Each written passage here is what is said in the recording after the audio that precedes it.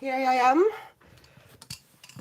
I'm very much apologizing. I haven't got a faintest clue what I'm doing. I just need to practice a little bit with live streaming. So here we are, all of us together practicing.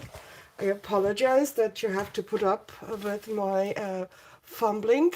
Uh, I kind of set it to go live at certain time, but it seems it just went live before it. So once again, I already got something wrong. So woohoo!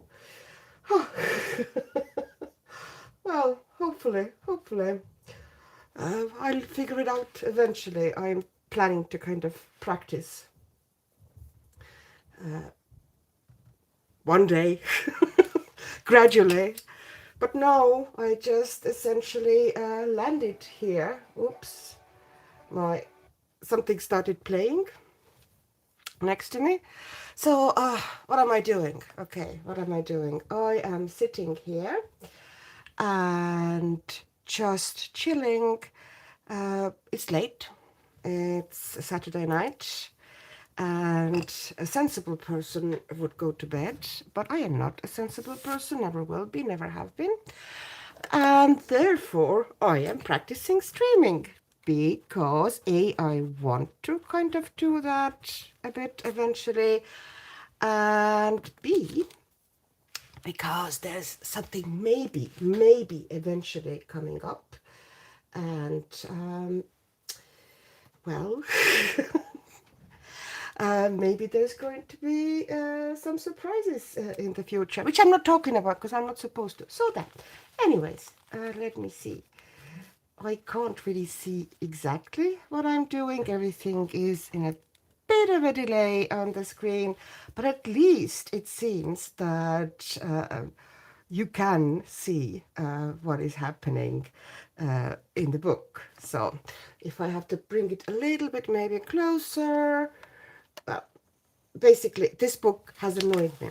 This book has annoyed me big time because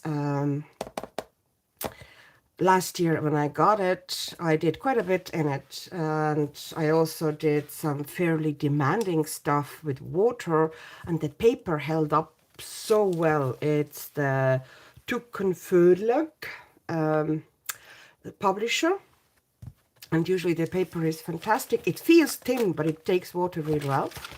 And I did all sorts of, like this page, for example, I absolutely flooded this book, and I did lifting and, several layers wet in wet. And nothing went through except, of course, I pushed some paint. This is not going through. This is gone through. This is just some paint that was pushed, because I wasn't really protecting the back of the page particularly well. If I was going to do that page, I was always going to do some sort of a solid background for these socks. So acrylic paint is the name of the game, if I decide to do that, which I doubt, because it's not really my jam. So nothing went through. Everything was holding up so well. And this year, suddenly, the paper has changed. I swear to you, I thought it only happened to watercolor paper, but that was probably naive of me. But everything goes through. Absolutely every water material just sinks through. I was, kind of meant to do that was a whip. I had little bits, like some bit of a color down on this kind of a kitty page. And I thought, I do the page next to it, just kind of slightly similar colors, but I do it wet in wet, so it would kind of, look slightly cohesive, but still fun. And I can, kind of do those ornaments or snowflakes or whatever with some kind of a strong colors. I haven't even decided what I'm going to use for them, but at the moment I feel the answer is nothing. And look how it went through. Like that did not happen before. And it was all, it's just still watercolor, so I do not understand what is happening. But, life is life. I can't really change much. So let me see if I'm going to be in shot. I kind of have a bit of a delay from the computer to here. So I need to set myself up a bit. Anyways, I thought since we're here, I might as well work a little bit on that cat. Let me get you closer to the cat. I hope it's going to be the correct cat I now got closer to. Yeah.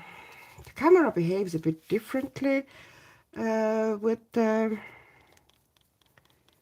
live stream. It seems it kind of loses the focus more easily and everything looks kind of weirdly stretched.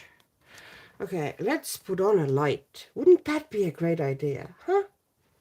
Wouldn't that be helpful? I had a wrong light on, which I should actually take off because that's kind of interfering. And usually I prefer direct light. Okay, so this is, in case you're interested, this is just the cheapest pencil in the world, possibly. Well, there's probably contenders, but this is Brutfuner black, not the fancy Brutfuner, the one that doesn't have any capping at the back or anything.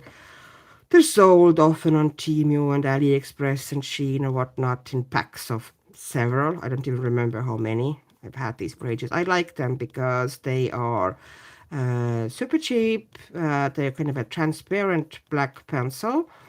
Prismacolor, if you put down in that sort of a shading, can be a bit too heavy. You can add it, somewhere when you really want things to go deep, deep. But in most of the other areas, you will actually need something, if you want to just kind of do shading like this or put kind of a bit of a color down, then you're better off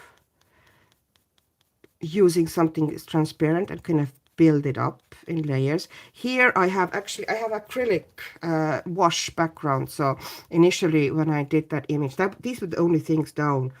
Initially it was the cats and the baskets and the presents, I think, had just kind of without any shading, flat base with diluted acrylic paint, which I like using as a base often. It's just something I do. And I really like working on that surface. This one is like quite diluted. It doesn't even, feel or have very strong kind of a texture or feel of the acrylic wash. I just basically used it as kind of any paint, to be honest. It's almost like watercolor. But yeah, I just like it in the books. And sometimes, since it is a little bit more viscous than watercolor, although in this book last year, that was not an issue, but it could be an issue for many books. If the paints tend to go through, sometimes diluted acrylic paint can be a lifesaver because it's more viscous and it doesn't tend to go through as easily as watercolor paint, but it's still liquid and you can still kind of, create a nice smooth base. And you can also, just put one layer down, leave it to dry, and then do some shading with acrylics on top, because you've now essentially created a seal. Okay, so do I do some little bit of a, like, maybe a bit of a pattern coming from here as a kind of like this, darker bits. Okay, and then they kind of taper out and disappear. So yeah, that's, as I said, this is my first ever live stream. I haven't got a faintest clue what to do, and I don't really know anything about it. I'm just testing the waters a bit. Therefore, it's probably going to be all over the place. And, that's why I did not advertise or kind of publicize it in any way. I just pretty much essentially connected myself to well, I just doing it through my phone, and my laptop, oops, is next to me. Of course, my hand is in the way, isn't it? It seems to be that if I work it that way, my hand is essentially blocking you. Huh. Okay, I need to create a bit of a... Like this is better. I probably see a bit. I don't even know if I'm going to be able to somehow save it, to my channel. I hope I will. To some extent, but if not, it's just a moment in time. It's just me sitting here. It's probably nobody watching anyway. Oh, hi, Millie Pants. Oh, I know. I have to pull the laptop a bit closer because it was a bit far away and I didn't even see that you were here. Hi. So nice. And hi. Oh, two people. Yay, lucky me. I actually have somebody watching me. I thought it was just going to go into the void. Not a clue what's happening. I really apologize. I just don't know what I'm doing. Oh, hi, Jessica. Oh, this is great. Already 3 people. Oh, I'm so lucky. Thank you very much. Please, please, could have ahead already. Please apologize. I am apologizing for everything I will get wrong or don't understand what I'm doing. This is, this is me. You're witnessing a historic moment. Axik in her first live stream. Oh, it's Saturday night, and if I sound like I've had several beers, you're wrong. I haven't. It's just me, the way I am. A bit bonkers, but what you gonna do? Oh, do you know what? If there's never going to be more than a couple of people, I'm happy for anybody to be here and just people to put up with me, honestly. Thank you, Millie. But yeah, I just thought it would be nice, you know. It also would be, once I get hang of it, really nice chill way of, just share absolutely live coloring process, honest, unedited, raw, without any frills. I think it has its value, in my books anyway. And if you think that I've actually prepared anything, or I know where I'm exactly going, or I have supplies all lined up here, you would be wrong, because that is not the way I roll. You're witnessing it. My process the way it is. Things happen. I just go with it. Oh, well. Basically, I'm trying to get that cat kind of gray with a bit more stripes than this one here. But, once again, if I was a good little colorist, I would have some sort of a reference here.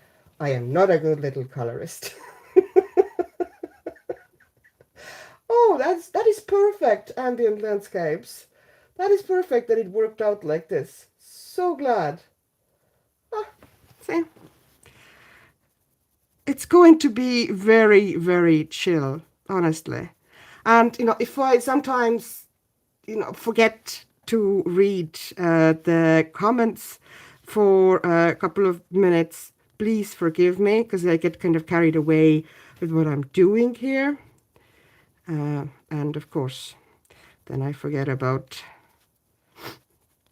actually talking to people. I am so sorry. I'm a bit sniffly, so there might be a moment where I'm going to switch off the microphone for a second and just blow my nose because I can't subject you to that. My nose blowing is literally like there's a couple of elephants in the room. I go at it hard. Like that's I've talked about it before. I have chronic rhinitis, and it's constant struggle. So it does not sound great when I actually go for it. So once again, I'm just, this is just black pencil. Nothing fancy here. I'm just putting down for myself kind of main shadows here. Kind of shaping the face, creating a bit of a fur effect in a lazy way because I'm lazy. See all the raw honesty you're getting on this channel. And then I'm going to, once it's done, I might, kind of drop in some extra colors and, a bit of variations. But I'll first just kind of put down shape here, the face. And it's going pretty well considering I just started when I started the stream. Oh. Thank you, Millie. It is, to be honest, it is. I think people are kind of overcomplicating or creating this huge hullabaloo and legend around the fur. It really isn't that. It's basically just strokes, Just keep stroking, and the more strokes you have, the better the fur looks, of course. Just flick, flick, flick, flick, flick, flick, flick, flick, flick, flick, flick. Main thing is just to kind of establish for yourself kind of before you go at it, what the cat's face looks like, where would be the main shadows, how you shape it. Like before I did these two, I was talking to Emma on Instagram and was like, oh my gosh, I'm just started the cat's page and I haven't got a clue how to color a cat. So she sent me a couple of cat photos on Instagram chat as I was coloring. And I kind of went, okay, yeah, the eyes go like this, there's kind of a bit at the corners of the eyes, outer corners of the eyes, they kind of go downwards, and you actually need to kind of make it pretty strong. There's almost like a stripe there. And also inner corners, they kind of go downwards, kind of there's like cat's eyes are almost surrounded by black. And technically, not all of them have this kind of a white highlighted area under the eye, but I just think that it kind of makes the eyes more expressive. So I created this kind of an under eye, slightly highlighted area for all of them. I just think it looks better. But, this is not really technically realistic. Do you know what I mean? So I'm just going to, and in some areas, okay, and I'm trying to keep the muzzle here, around the nose fairly light, and put some little flicks into that, coming in from there, and then just create a good little shadow underneath the chin. And there's bringing a couple of flicks down like this, just to kind of create a bit more realistic. And then there's another kind of like neck ruffle here as well that runs. Hanna has actually given, usually Hanna's animals can be a bit of a challenge, let's be honest. But Hanna has actually given pretty good indication of the anatomy and, where there should be shadows and, what's happening with the fur. So there we go. And I'm making this bit here underneath the kind of the neck pretty dark because I want contrast for the paws. So this is one of the good ways to avoid having to do really heavy line covering, is just to get as much contrast as you can. So I'm leaving the paws here at the top light, but I'm making the fur dark here. And this, without much of a line covering, already, has nice amount of contrast. If you know what I mean, if I'm not very kind of all over the place explaining it. So I kind of, now that I've settled in a bit, I kind of enjoy doing it live like this, So the hair is still going that way, at least that's what Hanna is indicating. So I'm flicking like this. And then I'm leaving these bits here, not touched very much, and I might put some gel pen in there eventually. But not heavily, so then. But yeah, it's just in this instance, if I decide to do it with kind of a just dark pencil like I'm doing, it doesn't have to be black if you don't feel like going for black right away. Then light base, of course, is better. You can do it the other way as well. You can have fairly dark base and bring the hair actually out, or kind of create the hair effect with like white pencil, which I have done. Prismacolor white is great for it. And also kind of lighter tones from Faber-Castell Black Edition, because they're really great pencils. Hugely underrated and sadly not. I understand why though, they're not available open stock. Okay, I'm going to make the corners here more pronounced to kind of create that effect that, there's a dip in the face here now. They are really nice pencils, Faber-Castell Blacks. But yeah, I wish they would sell them open stock, because I consider them one of my best sets, really. They're just kind of a perfect, not too heavy, not too hard, not too soft. Everything is just perfect as you are. And they're great for working on kind of a darker surfaces. Okay, so we need to do something about that tail, won't we? I'm not doing much about the ears here. I might do kind of little flicks of gel pen, but I haven't decided to do anything about it yet. But I'm going to do the tail. So I'm just taking that black pencil, and where the basket, the tail is behind, inside the basket and behind her head, I'm going to put pretty good layer down. It's going to be shadow there. Okay, I'm trying not to do it so I'd actually be able to. And now I'm just flicking upward and slightly sideways. So in the middle upward, and then from the middle to the sides. So it would look the way, Hanna has given us the direction of the hair. And I'm going to put a bit more dark here behind the head. Okay. Alrighty. And then, yeah, around the nose. So how are you doing, people? How's Saturday been treating you?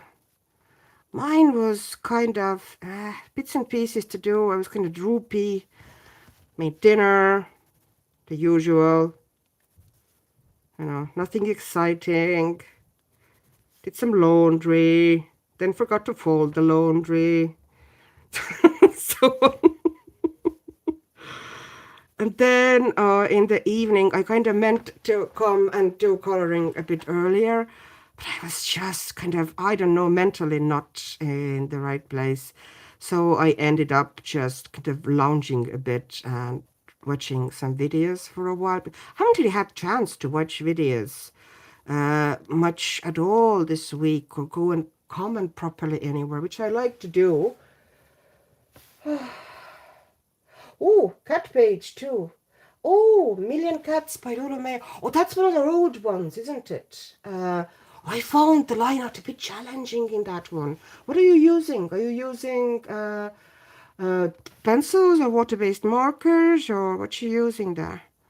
I'm kind of curious. I struggled. The first two ones, I think the first two ones were cats and dogs, yeah. And they were kind of a bit on the Zen doodly side for me. I just never knew what to do with all those patterns. I suck at that. Like, ornamental or kind of a Zen doodly pages, I get a bit lost. And I just, don't know what to do.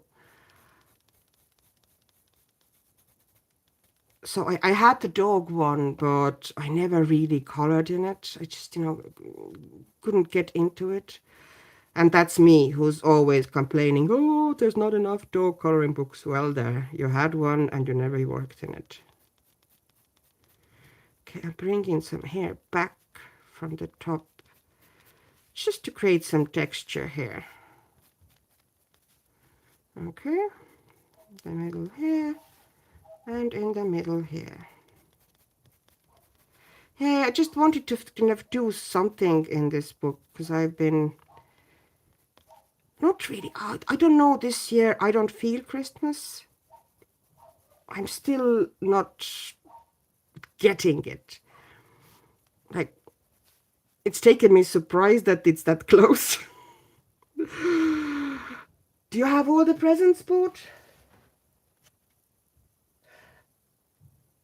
Ooh, Christmas parade. What is that like? We don't have these here. Wow, this sounds really cool. Is it like really big thing? I don't think I've ever been to one. We in the village have tractor parade. Very near Christmas, there's loads of tractors. We live in very rural areas, so the tractors are all kitted up. They have Christmas lights and all sorts of decorations on them. And there's a lot of them, obviously. And then they kind of drive through the village with, music playing, this endless row of decorated tractors. It's hilarious and it's really fun.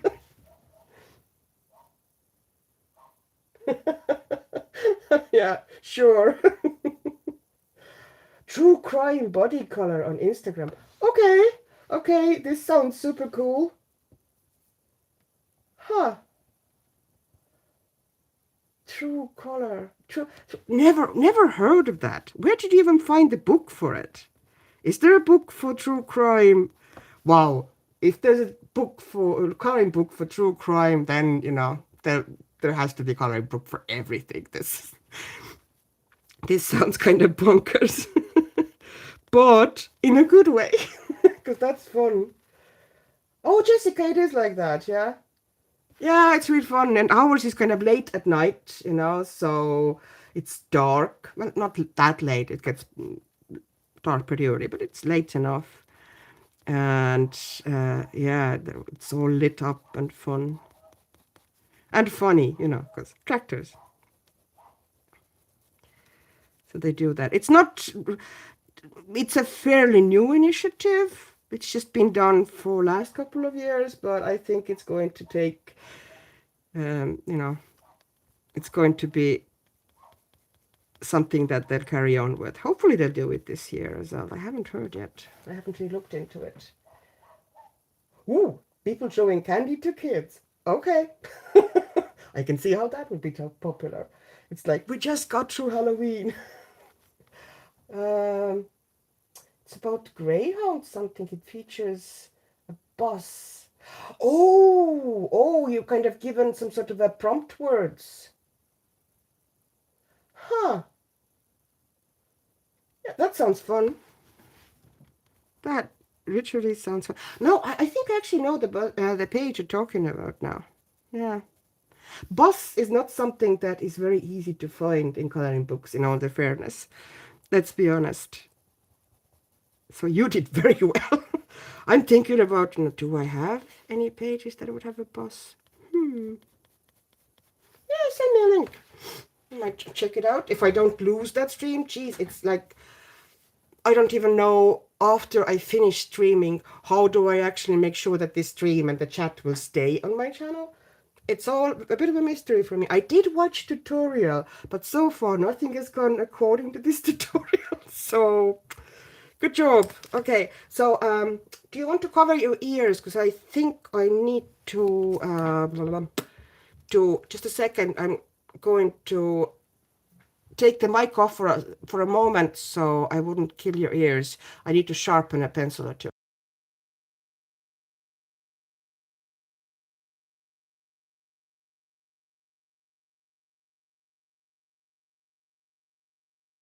I'm back. Yeah, it's I took these two pencils, the Artex pencils. One is Van Dyke Brown and one is Cadet Blue. And I am planning to kind of add a little bit of these into the cat. So maybe Van Dyke Brown first. Van Dyke Brown is essentially gray. You know, it's such a brown gray that it's more gray to me than it is brown, but it's very warm. So I'm essentially using warm and cold gray here. And just, you know, kind of add some variations. I don't think it's going to that much show the color difference in the camera. And even with the naked eye, it's not a huge difference, but it does give a bit of a depth, you know? So it wouldn't be just black. And I might pull out the Artex set afterwards and maybe look some extra colors as well. I might add some extra warmth with something. Or I might take it cooler and actually add some blue into the cat, you know. But blue doesn't really go here very well because I essentially left blue out of this palette. You know, I'm using very, well, fairly limited palette here. And I don't really want to bring in blue as such because it wouldn't really work here. Well, we could make it work. We can force it a bit. Yes, the greyhound. Oh, oh. Do you know, I never heard of it. I'm usually not hugely into true crime. I'm more so into those glam murder of the week fictional murder stories. I used to be like, you know, I used to love watching. My relaxation series was CSI. I used to love Bones. Yeah, Bones was fun. Oh, hi! Hi, Jackie! Hi! I haven't been here for long. I haven't got a clue what I'm doing. Like, so far, nothing has gone to a plan, but we'll see. We'll see. I'm just being lazy colorist again. Working that cat a bit. I want to put some... it's looking a bit boring. I want to put some extra. Maybe I should add some pinks. Yeah, I will add some more pinks to it to kind of lift it. But that's after I put this Cadet Blue in. This is what I'm sticking in now. So I would put in some Van Dyke Brown, which was kind of a warm gray. And now I'm putting in Cadet Blue, which is essentially cold gray. Just to give a bit of variation. You know, more fun that way. Also smoothing some areas. CSI rocks. You know, it's so unrealistic and so fancy, and all the labs have mood lighting, and in real life, if you actually had bad lighting in a lab, you wouldn't be able to bloody see anything. I think it was hilarious. And then CSI in Miami, they had Horatio. What's the name of the actor? I always forget. Anyways, Caruso. Was it Caruso? his sunglasses thing was so cheesy and so stupid and so hilarious, and I enjoyed it to bits. Yeah, I just, you know, I thought it almost felt like a comedy series, except with a lot of blood and a lot of gore. Ha!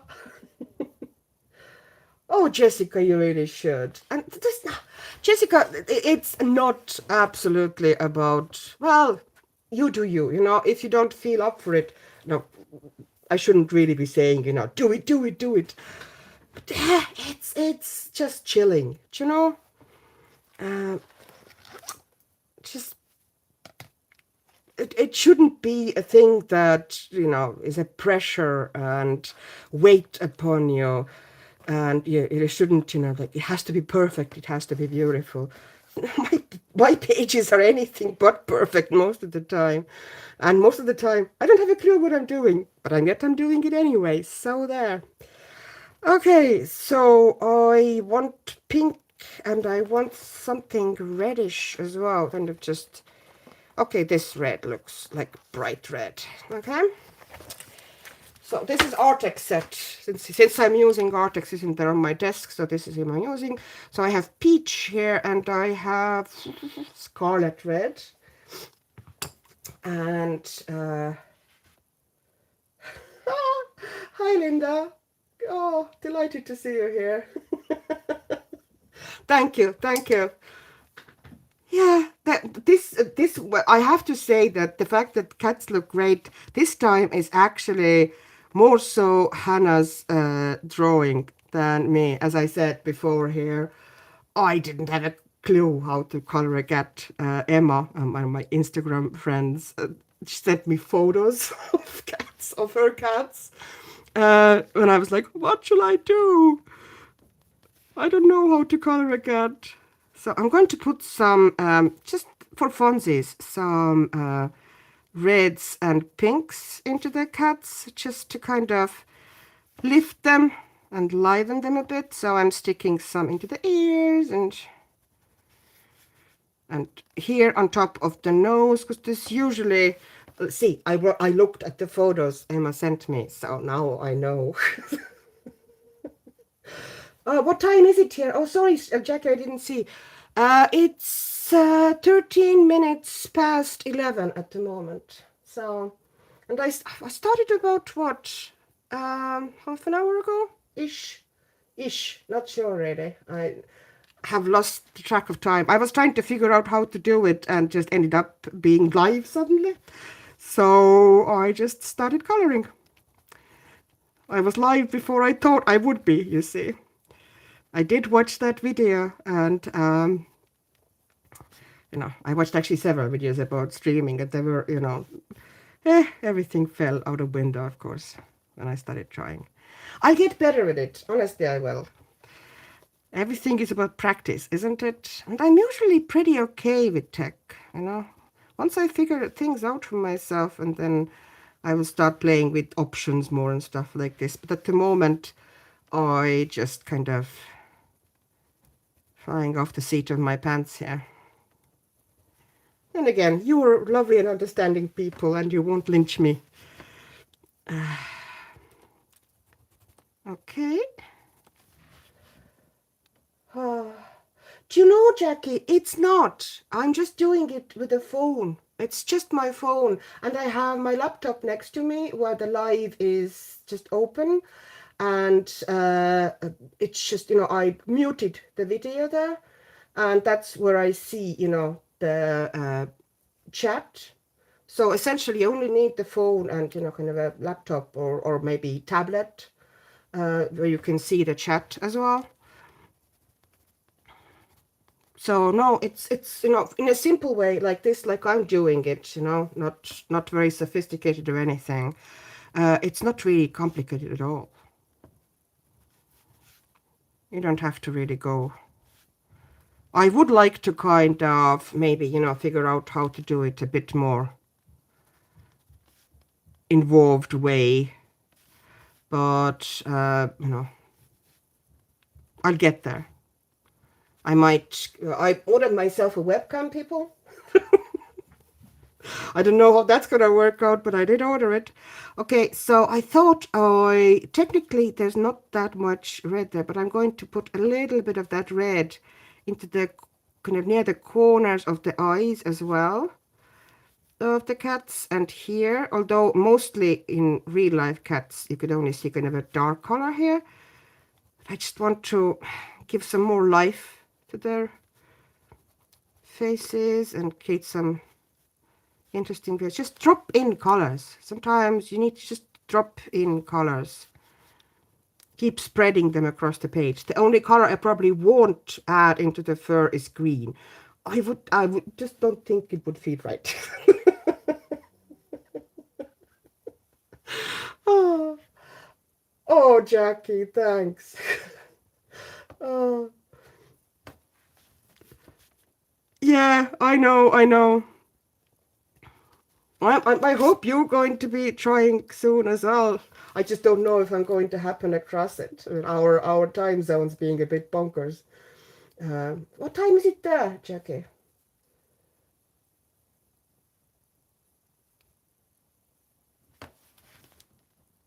I'm kind of curious. I kind of, yeah, I'm just, now I'm dropping red in just in random areas, let's be honest. It's just adding interest. Like here, in their paws, I'm going to put a little bit of pink into the toesies. Yes, I know you wouldn't probably see the pink there, but it just makes it a bit more interesting, so I'm dropping it in. My cats, my decisions, my rules. This is how we roll.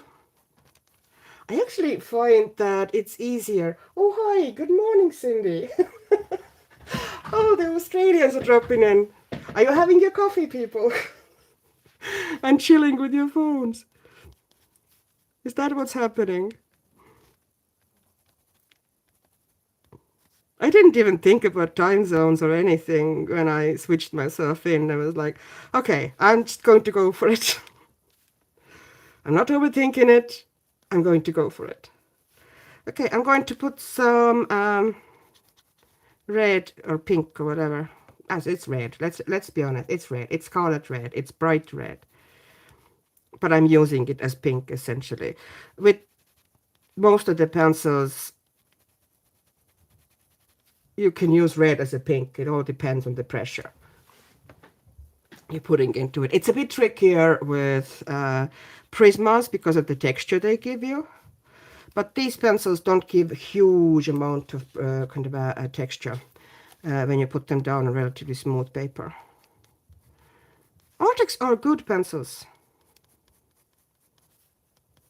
But, once again, you have the same problem of no open stock. Still, they are good pencils. Okay, I'm also putting a little bit of red here, kind of underneath the nose. Here. And here. Does it look better? Is it in focus? All right. What do you think? I hope it's all right. Yeah. It's getting there, I think. Because I don't want to kind of go overboard with them. I don't want this image to be like super realistic or anything. I just wanted to give them a bit of a fun shading and then maybe move on to a bow or a basket. Okay, people, your choice. Bow or a basket. Bow or a porridge. Cindy, porridge is nice. See, I was right about the coffee. Ha! See, I'm wise. 9:47. Well, aren't you awake early on Sunday? Well, actually, no, I was awake earlier than that on Saturday. But some Sundays I actually stay in bed for quite a while, if I can. Okay, it all depends on the day and whatnot, and how loud people are being, and how aggressively dog jumps on top of me. But you know. Oh, really, Jackie?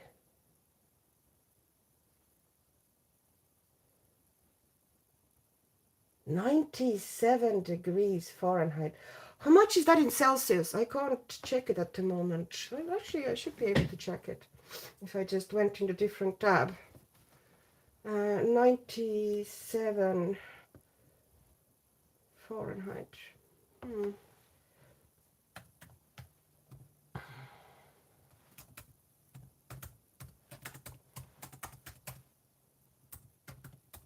To Celsius. Oh, oh my God. Sorry, sorry. Oh my gosh. Okay, I'm not supposed to say G words. That is a lot. That's harsh. I would not enjoy that. I don't like heat. I prefer winter, actually.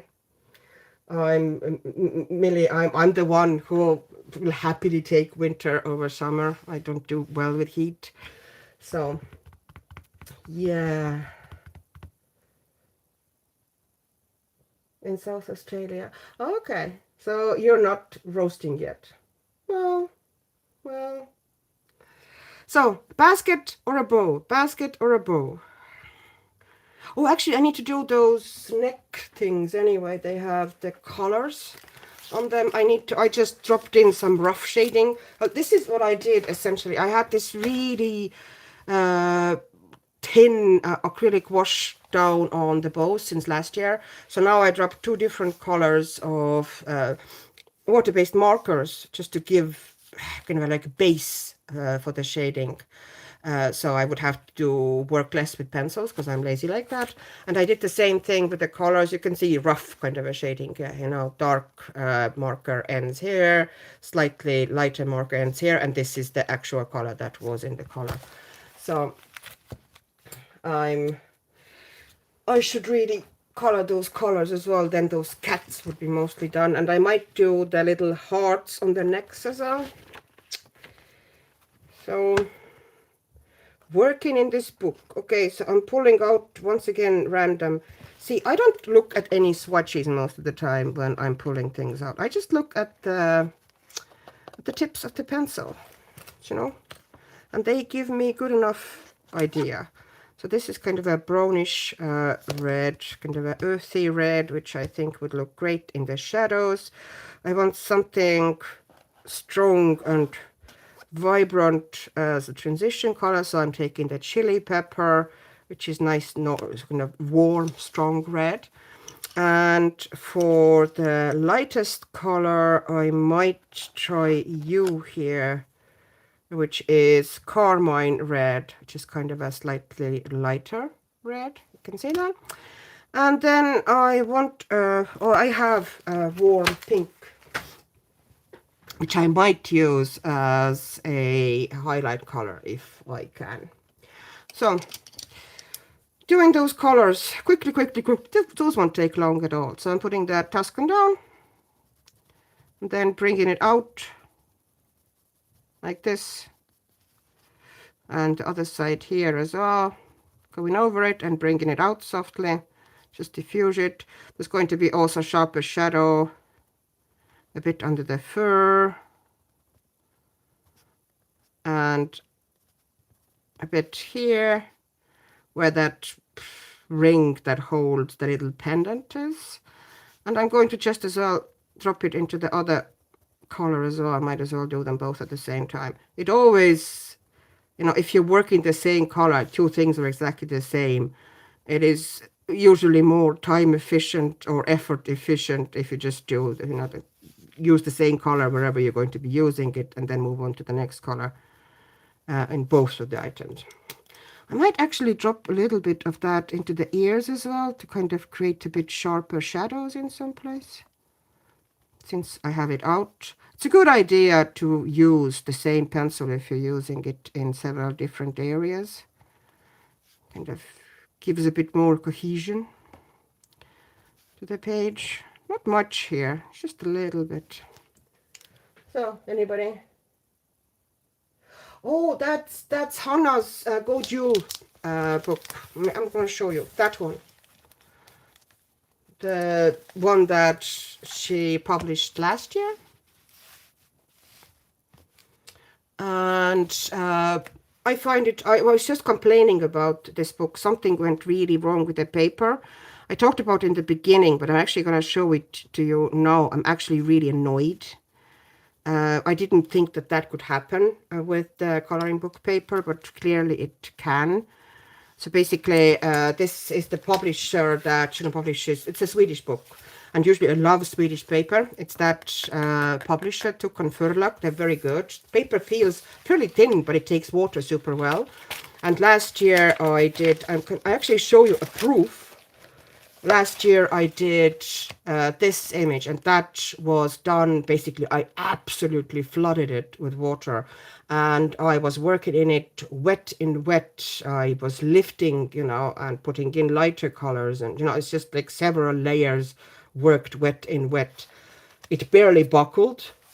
And yes, there's traces of paint here at the back, but that's because I was just pushing the paint. I wasn't really protecting the back particularly well, and very typical for me.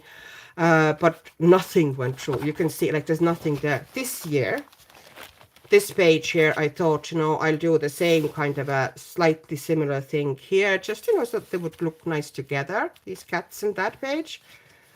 And I was struggling with the snowman page here as well. The watercolor was just behaving weird and, you know, not like it did before. Look how it went through. Like, what happened? What happened? I still don't know. Like, it puzzles me, but, you know, sometimes I know that watercolor sizing and paper sizing can go bad. Did it happen here? I don't know. It's weird. So now I'm kind of once again trying to work here using kind of different methods. And I'm putting now down, oh, I did just use the, what was it? What's the name? Of chili red, I think. Was it a chili pepper? And now I'm putting down a bit of carmine red. Just, I'm not going to create really sharp highlights here in the color. It's mostly kind of underneath the fur anyway. It has nice shadows on it now. And now it's smooth and everything is well with the world. See, that was easy. So since I have the reds out, I might as well do the bow then. Okay. Okay, what's happening? Heat source. Oh, I've never tried that either. Sydney, have you tried? Oh, yeah, no, you haven't. You haven't. Okay.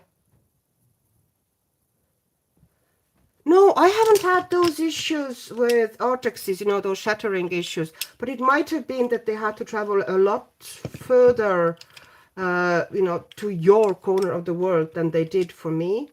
And, you know, maybe the container was tossed around or something and they just all got damaged. I don't know. That sounds like something that happened in the transit.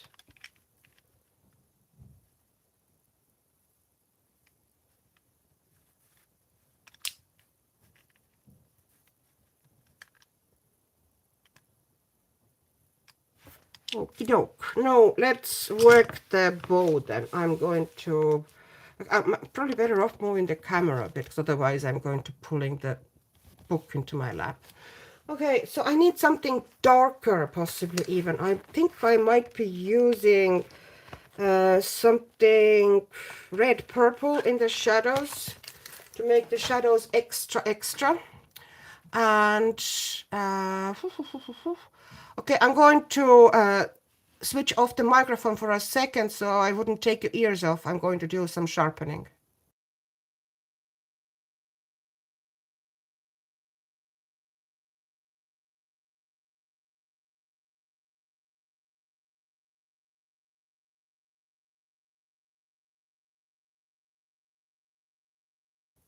I'm back.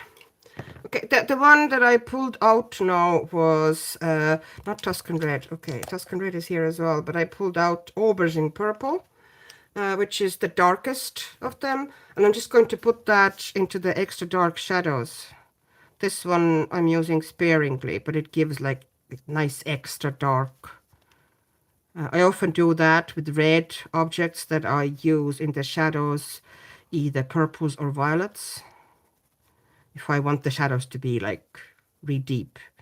You don't always want really deep shadows, but if you do, and you can always, of course, use also green if you want to, especially if your set is slightly anemic. Just use complementary colors as shading colors. Well, that would be, you would need fairly transparent pencils for that.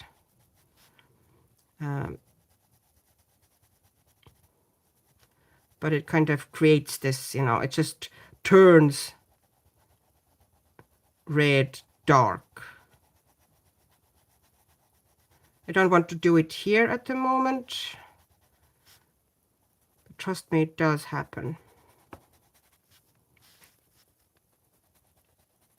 But I don't do that too much. Oh, I was basically, okay. I need to reposition my hand so I wouldn't create the, because the camera auto focuses. Obviously, you know, if it sees the hand, it decides that hand is what it should be focusing on, not not the image below. So I'm just, you know, doing it the good old lazy way again. I'm going to put the shadows in first. I just like, especially if you have base down like this, it just makes sense. But I would like to have a good contrast on that bow, like sharp shadows. I did the background with the good old colorful blacks again, Longbow acrylic markers. These are just fantastic. They get so much use. I'm now having to replace, you know, one marker by marker by marker. My original set, because I've pretty much used them up. They're getting dry, but luckily I got some spare sets.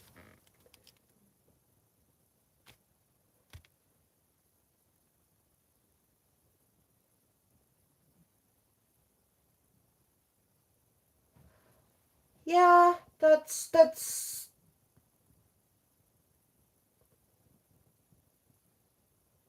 really weird, Jackie. Yeah. Oh, Blue Mountains. That sounds. I don't really know much about them, but the name alone tells me that they must be beautiful. Blue Mountains. Which part are they? Where are they exactly?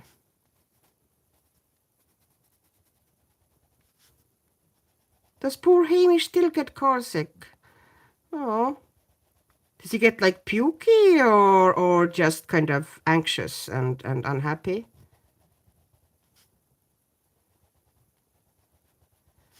Shen, my mutt, gets super excited. She just whines and squeaks. She gets so excited that she squeaks like when she's on car rides. Because she's so excited about wherever she's going. Like she wants to get there. So she drives you nuts by being like madly excited. But she doesn't get car sick. Doesn't calm down, but you know, not sick. She just loves going places. Can't blame her. Okay, so I have most of the shadows down there. Okay, see, I'm doing the shadow thing again. I'm trying to kind of, once again, move my hand away now. I can just see my sleeve. Okay, so yeah, the focusing can be an issue, you know, if the hand comes in, if I have to be constantly aware. And then I'm holding pencil like this to be able to keep my hand out of the shot, which isn't the most comfortable way to hold the pencil. So sorry if some shots, if I forget about it sometimes, and my hand comes into shot again, and then the focus is gone. That's the problem with autofocus.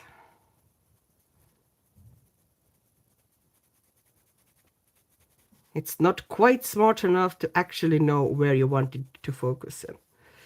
Okay, so I don't think I'm going to put much more dark into that bow, so I can move on to the Tuscan Red now, warm things up a bit. It's still dark, but it's kind of warmer dark now. So I'm bringing it out a bit more. I think we're doing well here.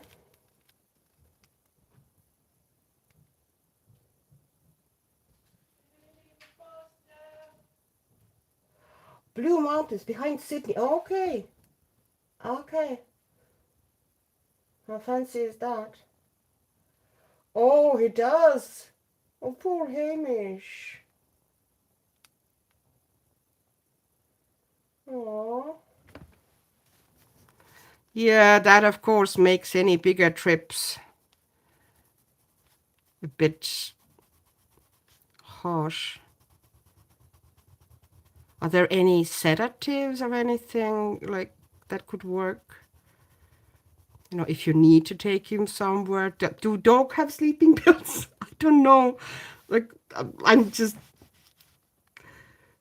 kind of thinking aloud. It's probably not good thoughts there.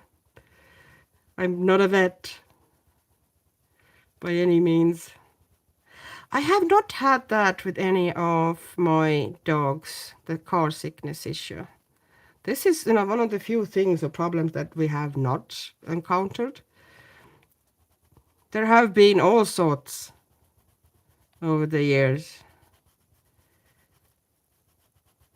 Really mad dogs and really hyper dogs and super smart dogs and clingy anxious dogs, but no car sickness so far. So that's, something new for me anyway. Okay. Is my hand still, okay. It's out of the shot still. Just making sure that it's not unified blur you're seeing.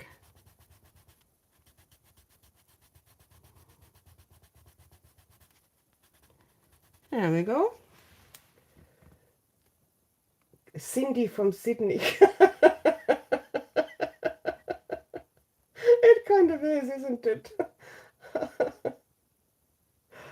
Oh.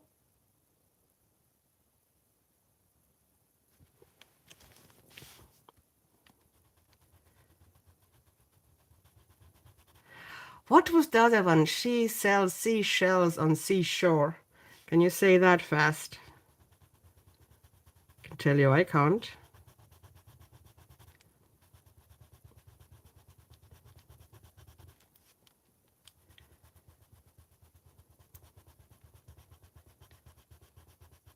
My language skills are better some days than other days. Well, firstly, English isn't obviously my native language to start with, so I'm doing my best. Okay, am I blocking the camera again, or is everything still visible?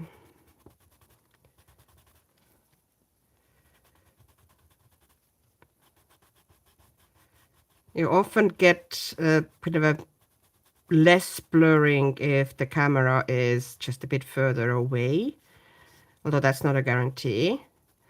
But then you can't really see very well what I'm doing, and I would say that's one of the main points. So close up in this instance is a bit better. Oh, I meant to show you, I got new gouache paints. Well, I'm kind of a trial. I really like gouache. I would like to be better at it. Like I can do stuff with gouache, but I would definitely need some practice and some work to be like good at it. And I would like to be good at it because gouache is cool. I like the effect of gouache a lot. So I have some, but I found they recently opened Amazon IE. Before that, in Ireland, you either got stuff from one second blur. Oh, didn't notice. Once, but before that, people got their Amazon stuff in Ireland. They either got it from Amazon UK or Amazon France, mostly from Amazon UK. It was usually bigger, and the Prime worked better, and so on. So you would be in Amazon UK, and now they opened Amazon.ie. Happened actually this year, and they're trying to get people to move over now from Amazon UK to Amazon IE, but people are kind of reluctant to do that because often the stuff is more expensive or there's less choices on Amazon.ie. And they have kind of put some specials in there for kind of specifically, for Amazon IE.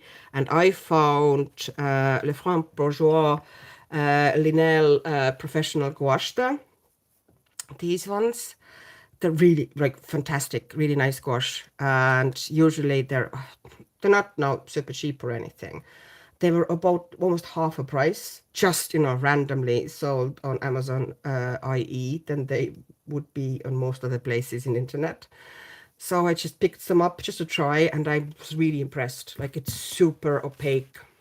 Let me show you. Oh, I did swatch them.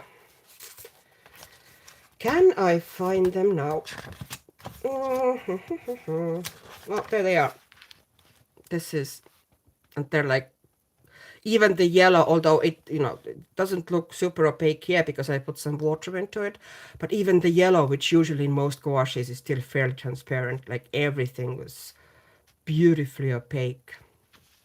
And they mix really well, and yeah, they were just lovely. So hopefully I get some time to play with them as well, but it seems that, that's the problem with December, that you kind of, there's so many things to do.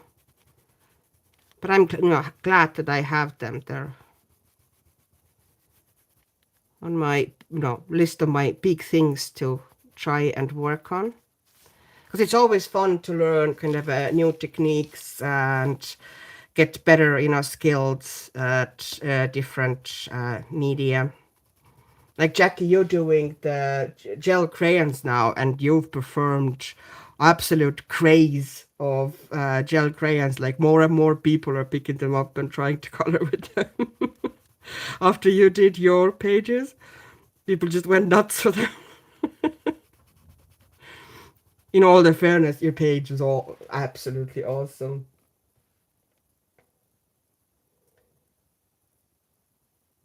Let me see what's happening in the chat.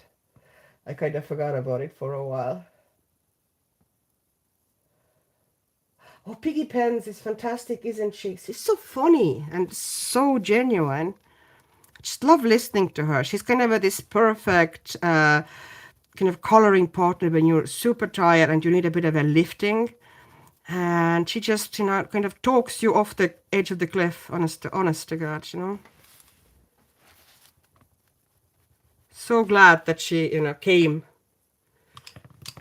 and gave us all a lovely boost. Really, Jackie? You don't like gouache? Yeah. You can use it. That's the thing I like about gouache, that you can, the same story with acrylic. I like that I can use it as watercolor, thinned out, or I can use it as, something really opaque. So you can, work in layers. I really like the effect of gouache. That's why I would like to kind of get better at it. I like the kind of interesting painterly effect you get. And I have done gouache pages. I know that, I have some, knowledge and know how to use it. But as I said, I'd like to get better at it. Because it's a really interesting medium, for me anyway.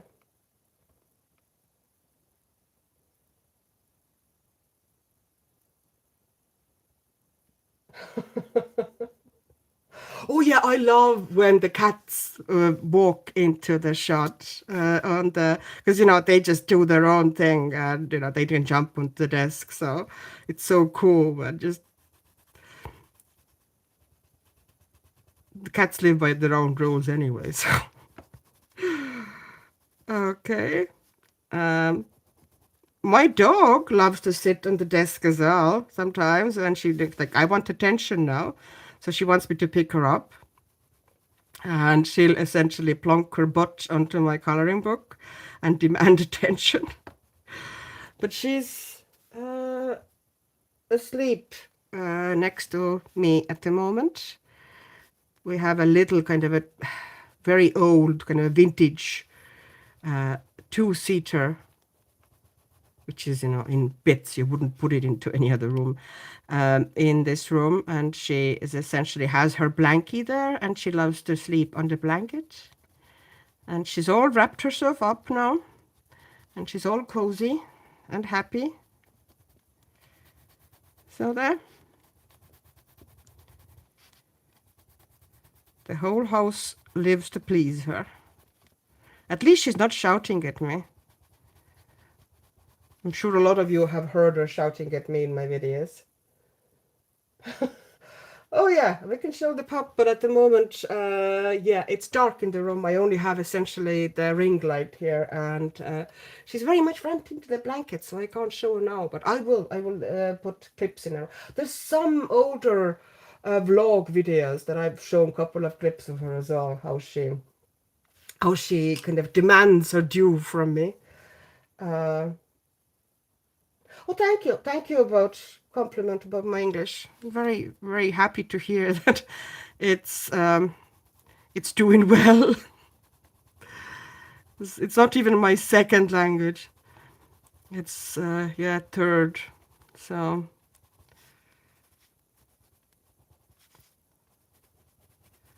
I have fairly good. The reason, like, I could actually have quite a lot of languages. I have a good feel and kind of a good head for languages.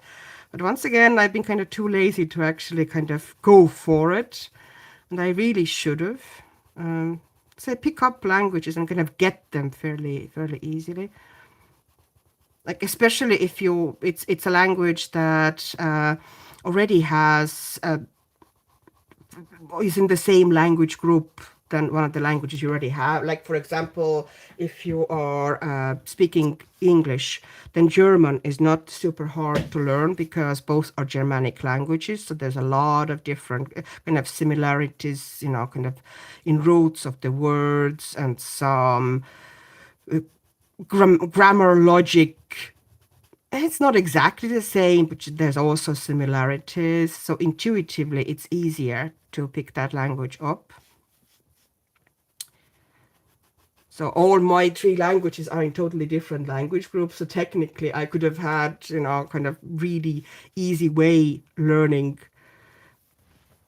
the languages from three different groups. Oh. 10 cats. Wow. That is a lot.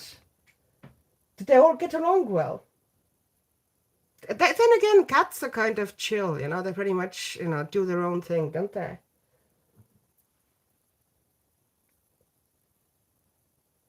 Oh yeah, inside cat, definitely inside cat. And not just, it's, yeah, definitely about, people who are nasty to animals, but also cats outside. Okay, I took now Peach, so I'm going to lighten things a bit here.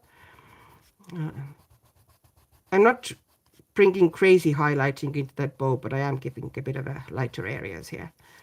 But cats loose are not also outdoors can also be devastating for wildlife. So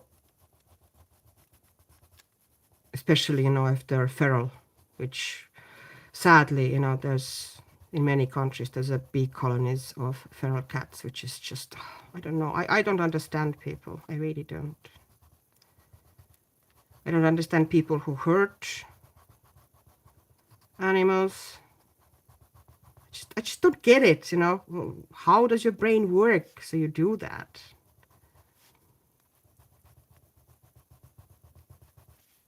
Just, don't get it.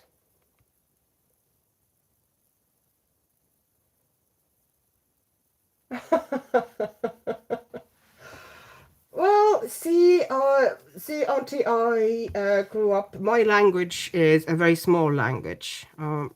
So my original, the one I was born with, well, not born with, but you know what I mean. So to be able to communicate or work with any of the world, like most of the people who are from small nations like myself, they do have extra languages because they do need them. If you are born with, part of a nation that already is one of the large ones, Spanish language, English, of course, or Chinese. Chinese actually are pretty good at studying language as well because business interests. But just there's not the same push to learn languages because most of the people would speak English. A lot of people, anyway. This is one of the big kind of international languages, so it's absolutely understandable. Language, like many other things, is often down to necessity. This is why people learn the languages best in the method that's called, I think it's called language bathing or something like this. Basically, you're dropped into the environment where everybody around you just speaks that language, and you don't have anybody near you to speak your own language to, and you're just forced to learn the language. This is, I totally understand, that this is the best method of learning or, teaching people language. Do you think it's all right? Or should I put some, I think I might put tiny bit of highlight in. I grabbed the Prisma White and just, lightening some areas a bit. But, it looks smooth now anyway. Okay. Don't be scared that it looks kind of weird white. I'm going to smooth it over with some other pencil, but I'm just going to put a bit of a highlight in so it would look maybe a little bit silky. Okay. And that's, awkward pencil holding moment here, let's be honest.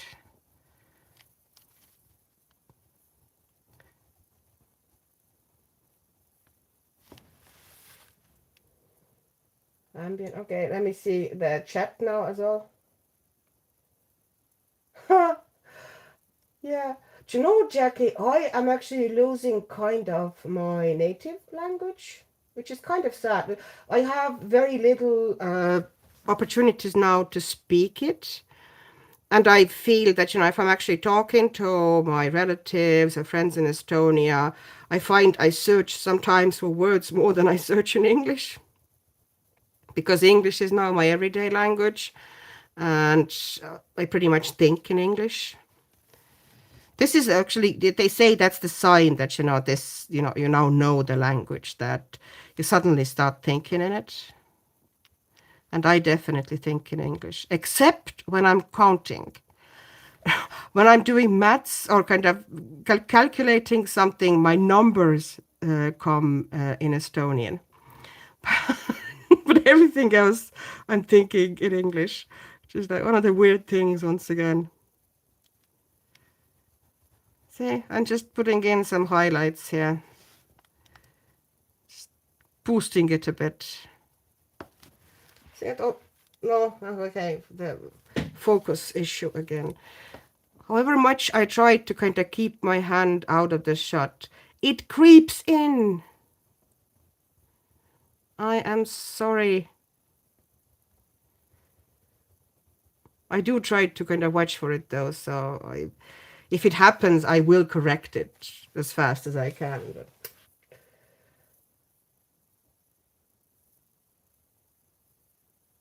Aww.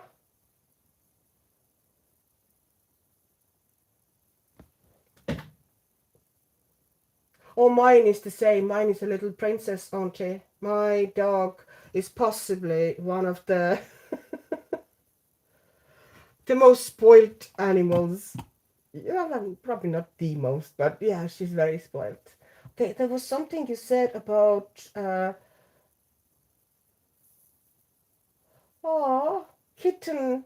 They're so cute. I can't have a cat. I actually would like to have a cat as well, but Shen is cat reactive, my dog. So that wouldn't be fair on Shen or the cat. So sad, sad. Oh, the feral. You do have a feral cat problem in Australia. Okay. Yeah. Like, I don't understand what. It's so nasty. People just, pet isn't a toy, old toy that you throw away. It's a living being. I do not understand people who just dump them. Oh well.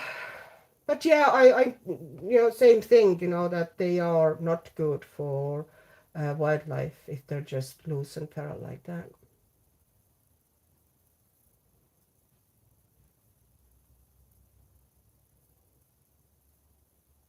Estonian wool. You actually know about Estonian wool. Okay, this is super cool. I never realized that, it's gotten as far as that. Estonia does have good wool. Yeah. We have good wool, good chocolate, and a lot of tech people. It's one of those small countries that kind of climbed up out of the economic pit by going like as high tech and investing into um, really good Wi-Fi and internet connections and education, kind of a tech education. So now they're doing really well based on that. You can pretty much do anything online in Estonia, from voting to getting a new passport to anything government related. You don't have to go anywhere. You can do everything online. So Estonia is, if you know where Scandinavia is, it's kind of underneath Scandinavia.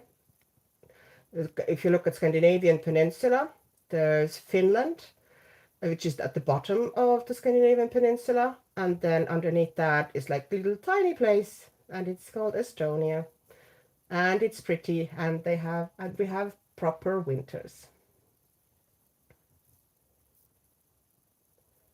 Valerie, that is actually hilarious. I have never heard of that before. Counting in French. I don't even know how to count in French, but it's cool. Respect.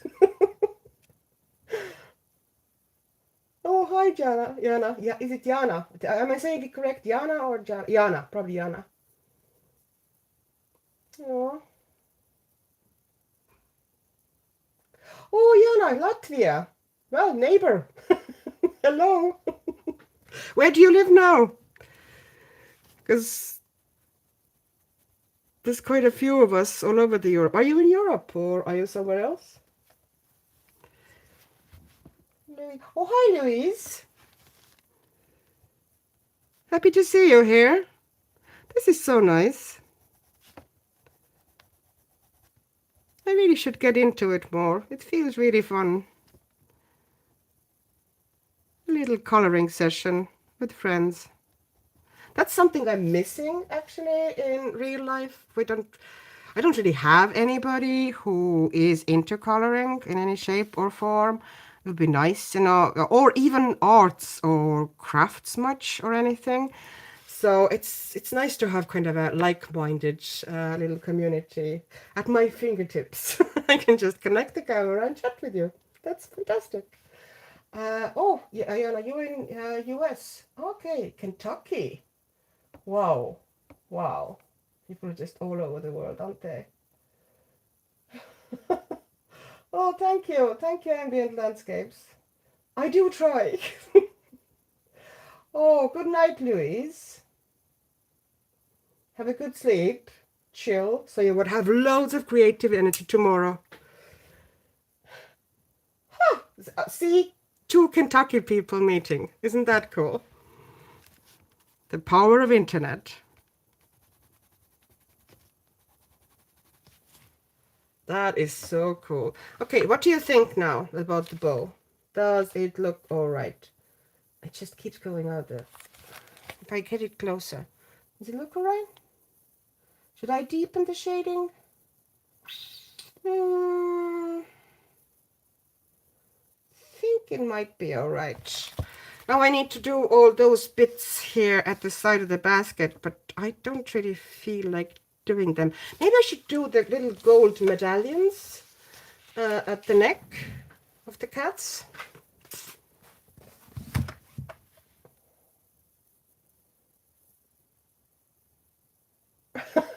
Millie, I can just imagine you going like, oh, am I going to have a coloring pal in real life? Yeah, isn't it kind of bonkers, Jana? It is a small world. Yeah, auntie, like it's just unreal. Like Jana is from a country that is very near from my birth country, and she's next to you there in Kentucky. So, oh hi, Monica. Hi. Oh yeah, it's a weekend. I was about to ask, how is your work schedule now? It was kind of confusing.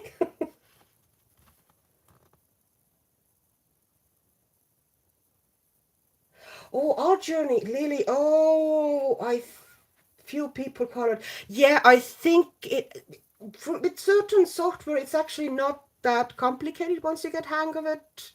I am thinking about learning the OBS a bit. That's the stream controlling software, which is free apparently. So, once I get that, if I understand, that, uh, eventually we might be able to do stuff like that. Okay, I'm trying to find pencils for the, not that, for the little hearts there. I'm trying to do gold, but I can't find a good ochre here. Oh, I found something. Okay, it's not really ochre, but it's goldenrod, but it's close enough. Close enough. And something light yellow, kind of a bright yellow. Actually, no, I'm going to use white instead. Okay, so what's happening in the chat? You have a friend you paint with, Cindy. Oh. Yeah, a lot of people, if you say you're painting or doing art, that people understand better. You're artist, you're artsy, you're doing your own art. People just don't get the coloring. It's like it's something that kids do. Why would you do that? And it's like, ugh, no. It's a great creative outlet without the stress of having to come up with a design. You can play with existing design. Okay, I'm once again out of focus. Yeah. Okay, let's try. I know that I'm holding pencil weird now, so not really controlling my. Okay, so let's make it gold, but not very bright gold. We don't want something shiny there, but I'm gonna leave that edge probably fairly light.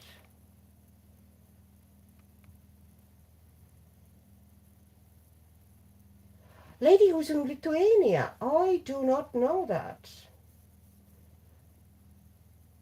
Who's that? Who's from Lithuania? I would actually love to know. Huh. Birmingham. Well, I've been in, actually, I can proudly say I've been in Birmingham. Years ago, I was actually in Birmingham with my hobby for a weekend. I don't know. It was basically we just took the flight.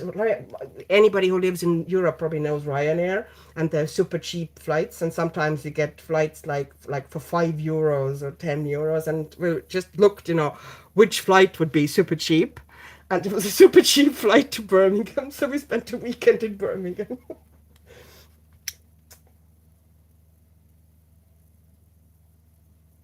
Oh yeah, Monica, send me that. Yeah, yeah, that would be great. You can drop it into Instagram for me.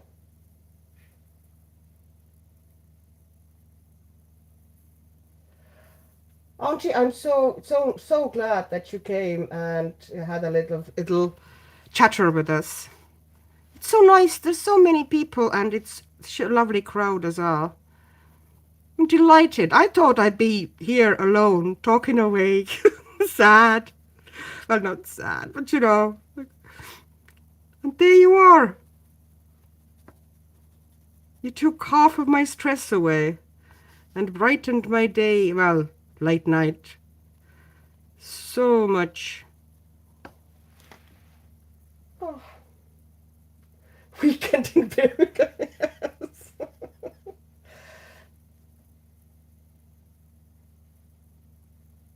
Yeah, I know the understanding of coloring and kind of attitude towards coloring is like that's something for kids. Why would you do that? It's a waste of time. You're so good at it. Why don't you just draw? It's like, well, I'm good at coloring, or, decent enough at coloring. That does not necessarily mean that I will be good at actual drawing. Besides, I enjoy coloring. It's really stress free. There's kind of a less pressure. I don't know. I just enjoy it. And I also enjoy that I can do and work in so many different styles and, kind of like different artists, different styles. I would never be able to create all that myself. I'm moving it a bit to see if I move it a bit, maybe I come in with my hand a little bit less. So I'm just trying to create this slightly funky old gold medallion.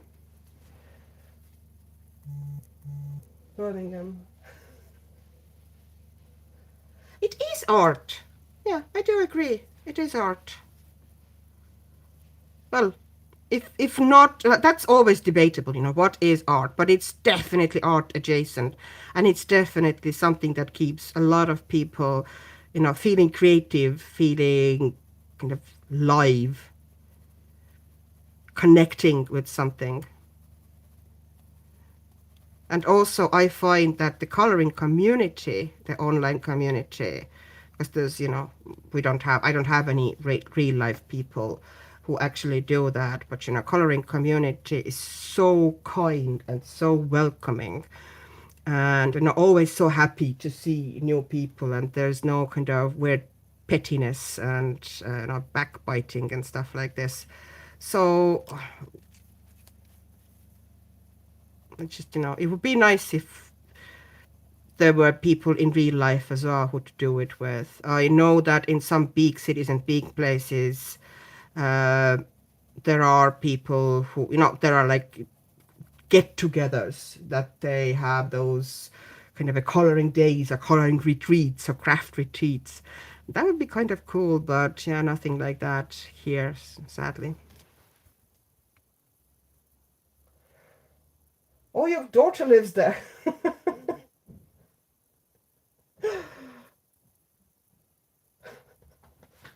Oh, Jackie, yeah. I'm so glad that you're here. I never expected you here. I was like, oh my, Jackie.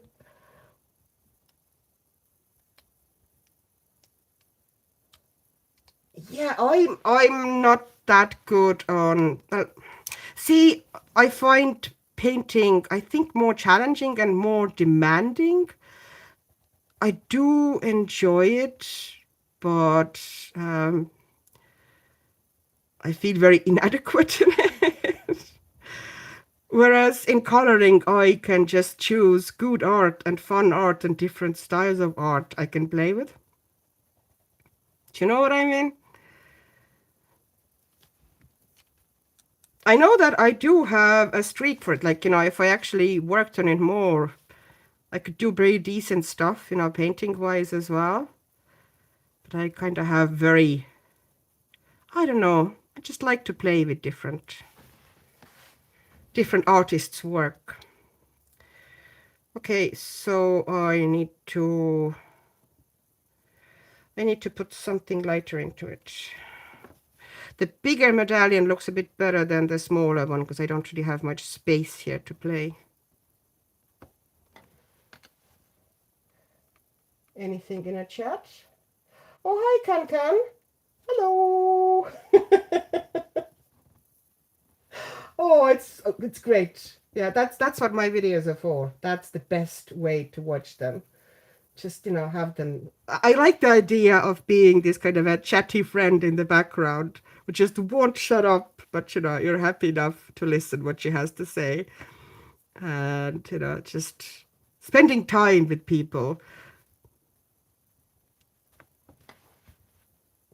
without even being there. This is, oh, hi, RR Urbans. Nice to see you here. Hi.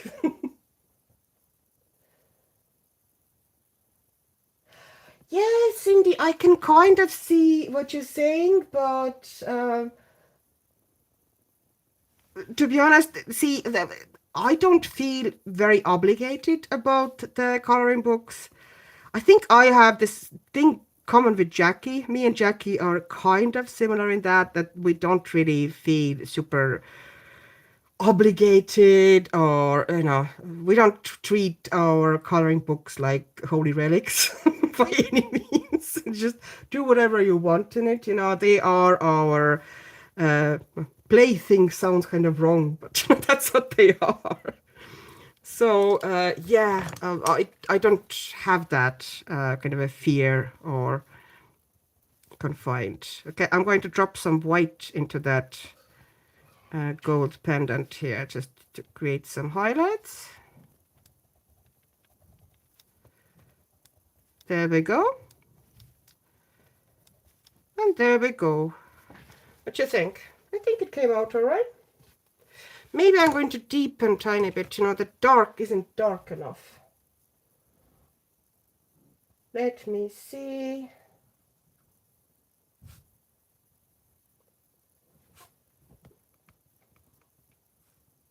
Yeah, you're right, Jackie. The artist doesn't care what you do with the book as long as they get the commission or whatever. Not just commission. The more you buy them, the more likely they are. It depends if they're self-published, in which case they get the money from the sales, or if they are traditionally published, they're more likely to get another contract. So yeah, the best we can do. Well, my main thing is that I try never buy AI, which can be sometimes tricky because, of course, they don't always tell you that it's AI, but most of the cases you can recognize AI pretty easily. Thanks, Jessica. Yeah, it's like it's a coloring book. It's not Family Bible. Just have fun in it. Relax with it. And I do, at the same time, I do understand, that there are different personalities, and there's absolutely valid that there are people who do want their books, very clean, very neat, very organized, who do need and love doing kind of a project book things that, finishing books, doing it in an organized way. I just can't, it's not me. There's nothing wrong with doing it that way. It's just not me. I just can't cope with it.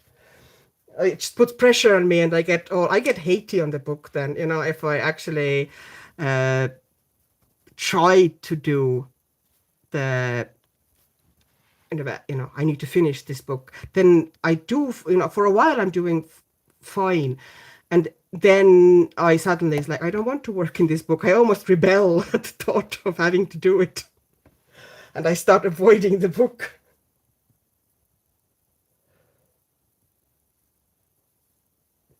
Yeah, that's the thing, can. Just do whatever I want, Flood it with color. Then add highlights. Add some shadows. Just play. Okay, now I'm just distributing browns that I'm using here on the gold.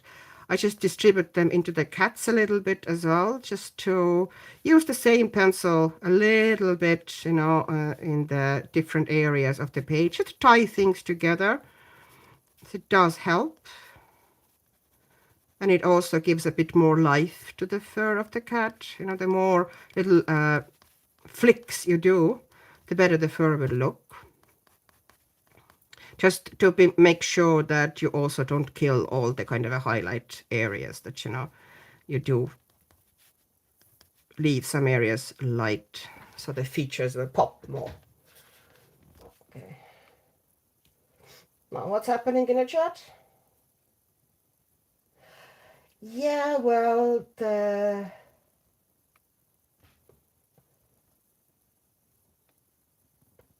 oh, Cindy, don't worry about that. You do you, Just because being free can be at the same time to say, if you're not naturally and if you don't like doing it, and if you feel the need to kind of be neat and tidy, then if somebody kind of pushes you need to be free, then that's another pressure. Just do it the way you enjoy doing it, that gives you the most peace and most enjoyment.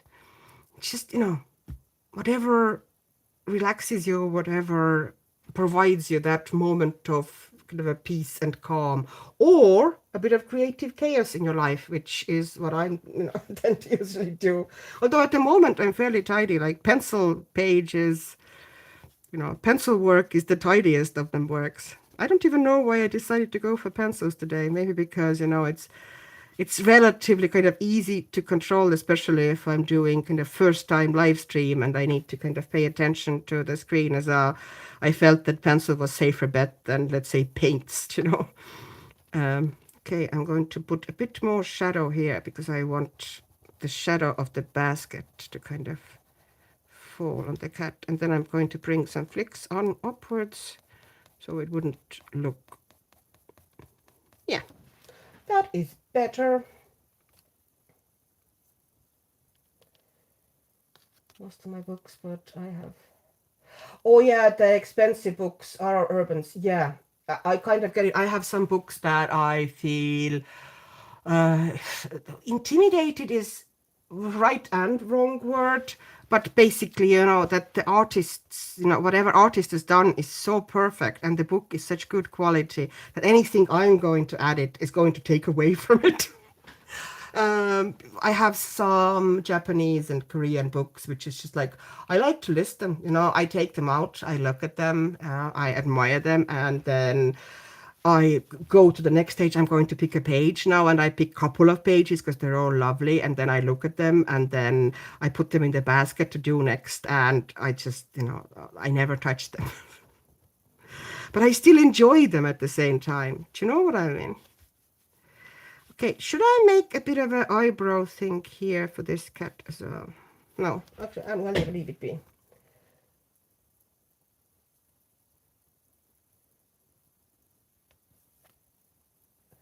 Lost in time. Okay. All right. Yeah. Yeah. I get it. I get it, Jackie. Yeah. Yeah, Valerie. That's exactly what is happening to me. And I have this project book. Well, it just kind of happened accidentally. This project book, the Annie Day, that I'm kind of, no, I kind of committed in my head that I'm eventually going to finish it. And boy, am I avoiding it actively. It's like, I actually, I like the book. I like what I've done with it because I've actually had quite a bit of fun in that book.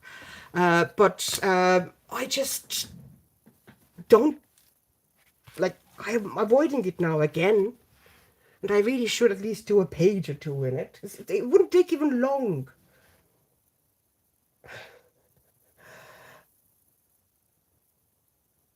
Oh yeah, Camilla's books. Okay, I am actually, this is driving me nuts because a lot of people, I can see loads of people working with them and saying, oh, they're great with water. And, they just use loads of paints and whatever. Whenever I put watercolor in Camilla Derrico books, I get really bad spotting. Do you know, like in some papers, you get those kind of a dark dots when you put watercolor on them? Well, I get them in my Camilla Derrico books, and they're driving me nuts. Okay, now I have those browns out. So since I have them out and I use them on the gold, I might as well use them on the basket as well, can't I? That just makes sense in my head. So that's burnt umber. Yeah, that's a nice dark. It's gonna be perfect for it here. And it's a basket. It's kind of there's gonna be wood texture, so I'm going to pull a couple of flicks in there as well, so it wouldn't be kind of like smooth little bumps going downwards. Like you need some texture in the wood. I like how dark this one is.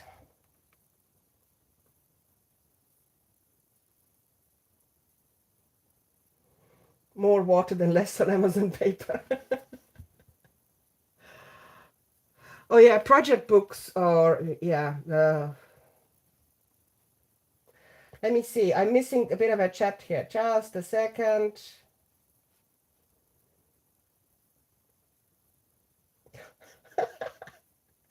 Oh yeah, the Clara Markova.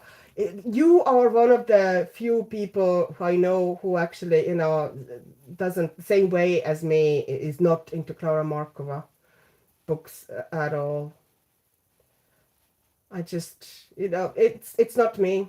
There are quite a few books that or artists that, you know, I'm not saying that they're bad artists or anything. No, some of them are very respectable. It's just they don't vibe with me at all.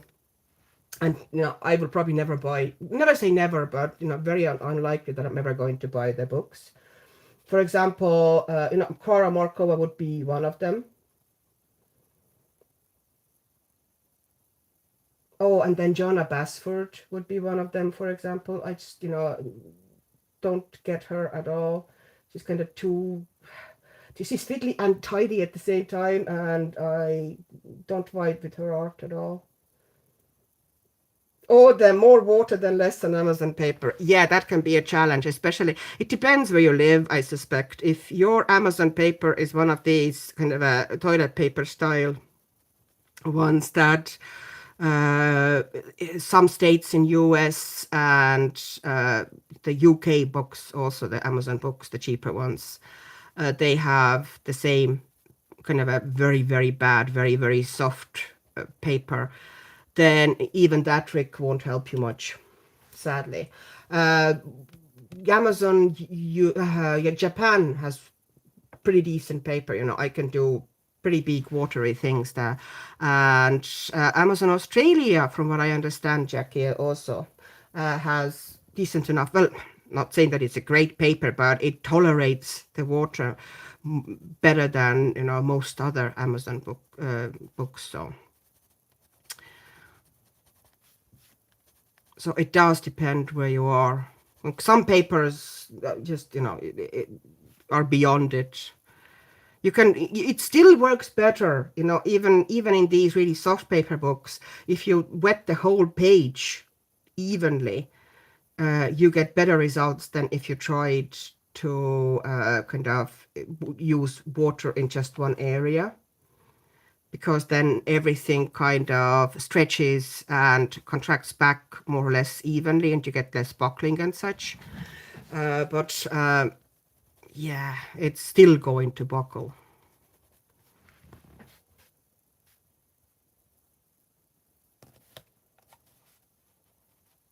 Yeah, Cindy, that's exactly Cindy. I'm looking at those faces and they freak me out, honestly.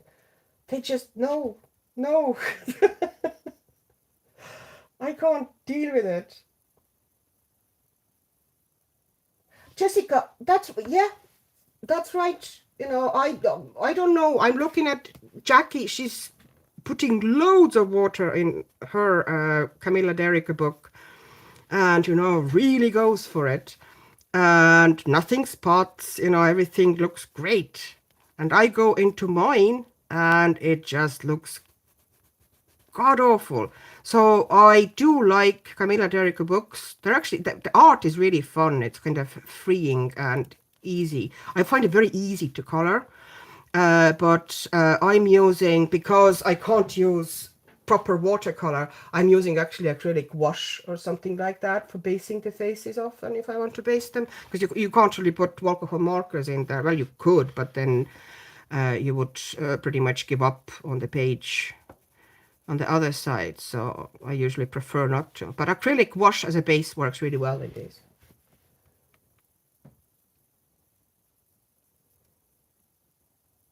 Do you know, Christine Karen's, I finally now caved. For a longest time, I didn't get her book.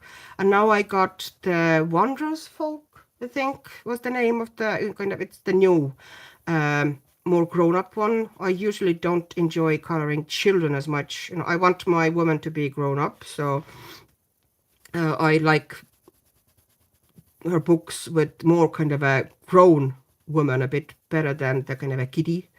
Really cutesy books. There was one book she now published that had loads of kind of children in it, or very young, and I was more into a bit more grown-up woman. But the paper is good, you know, even for experimentation. So if you want to kind of play and experiment with her art, then these Blue Angel published coloring books, the you know, the good quality ones, they allow for loads of different media. So yeah, absolutely recommend them for the paper alone, especially if you're into that art, you know, more heavily. I like her art, and I can do an occasional page, but she wouldn't be, you know, I wouldn't be doing like loads of them. I do, you know, one every couple of months maybe. Okay, I'm losing. Okay, I thought there was more text there. See, Jana, it's so different. Everybody has their own taste. Like, you know, you love Klara Markova. You know, other people just totally don't get it. It's just, and every opinion and absolutely every feeling is valid, you know. And that's why, you know, I'm not saying, you know, this artist is, you know, not great, or this artist is not talented or whatever. No, you know, I do respect her as an artist. It's just, you know, she is not for me. Once again, I'm going dark, it seems. And yeah, I like pretty good contrast in my pages, so I tend to kind of, I'm doing at least a handle. Okay, where I'm. Oh, Kate. Hi, Kate. Hi.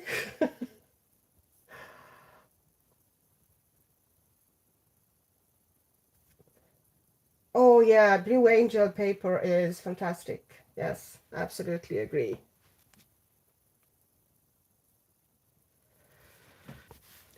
My only experience with Chihuahuas is one of my neighbors, and her we were pregnant together, and our sons were born like a week apart, and she has a Chihuahua now, and the and her son went away for a while. It was kind of a couple of years ago, Christmas time, and they didn't have any place to leave uh, the little dog, who's by the way called Podge. And they kind of paid my son, kind of like you have like house sitting or dog sitting. So they paid my son to go to their house, you know, a couple of times a day and kind of take care of the dog. And I just felt awful that, you know, the poor dog is, it wasn't a long time either. It was like almost a couple of weeks. The poor dog was on its own there, you know, most of the time. So I had him to pretty much bring him over to our house for most of the day, and then he went and spent his night there because he liked being in, he has his kind of a own house, you know, it's almost a kennel, but it actually looks like legit, you know, kind of a two-story house. And yeah, he went there, and yeah, they're a bit of a character. They're tiny, but so bold and so kind of a fierce. She was giving my dog, who was like, my dog is a small dog, but you know, compared to the Chihuahua, she looked huge. And she was giving her hard time. Well, sorry, he was giving her hard time. And you know, poor Shen was cowering. The Chihuahua was around. So what they say about Chihuahuas, kind of a character, or you know, kind of a fierceness and boldness. Yeah, it's true. At the same time, he was also scared all the time. I think that kind of a boldness was almost like, you know, how he got over the fear, that he was pushing it into aggression almost. But eventually they kind of settled and got along real well and kind of were chilling mostly together. And it was a lovely Christmas. We had two dogs. Still have like Christmas morning pictures with little Chihuahua among us. Christine's watercolor videos, yes. The way she colors them is just beautiful. In the way she just plays with the color as well. Possibly because I love playing with color myself as well and kind of mixing it in kind of a slightly, bonkers ways. Oh, even if I wasn't much into her art, I would still love to watch, what she does with the portraits. The way she does them is really nice. No, that looks like wood, doesn't it? Doesn't it? I need validation. It's okay, I'm joking. Oh, let's just go with, yes, it looks like wood. I think these ones need to be kind of rounded. And are they gold as well? Well, let's make them gold. It's my decision, isn't it? My book, my decisions. Podge, yeah. His name is Podge. He's kind of a whitish, yeah, essentially white, all white, with a bit of a grey bits on him as well, but kind of very light grey. Yeah, Podge.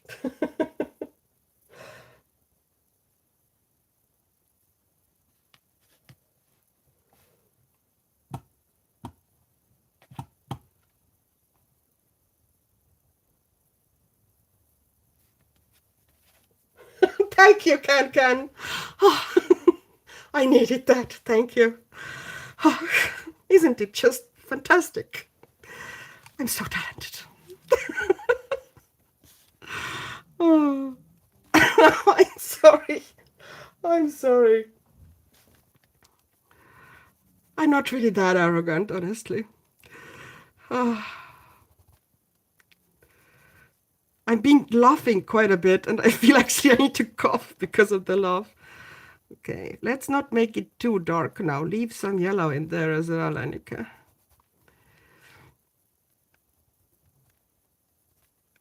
I'll probably add a tiny bit of gel pen in there as well to kind of bring out extra highlights, but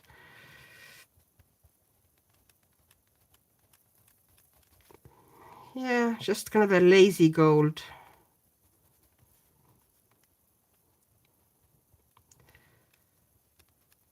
I don't even know why I picked Artexes. They were just out at the moment.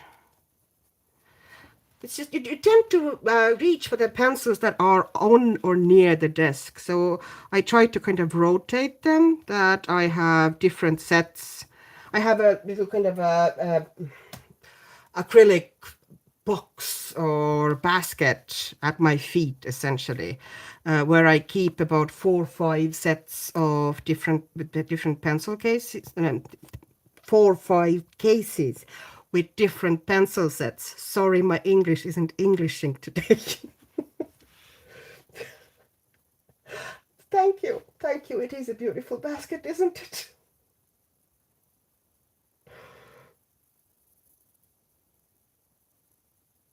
Oh yeah, Can. You're lucky that your mom, takes interest.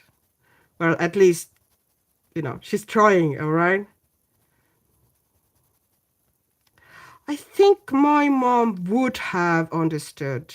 And she's sadly not around anymore. Quite a while. She left us earlier than she should have. But I think she would have understood. She was also kind of, um, I'd say, in right circumstances, she would have been artsy as well. But she was definitely crafty. I think that was kind of, with her life and the way it had gone and her opportunities and, what she had available for her. That was her way of, being creative. And she definitely, had good eye and interesting ideas. And she loved, doing and, coming up with different crafts. And She did a lot of kind of household decoration or kind of a knick-knack type of a stuff, and she was crocheting and she was knitting, and she was really great at that. She didn't sew, but did pretty much everything else.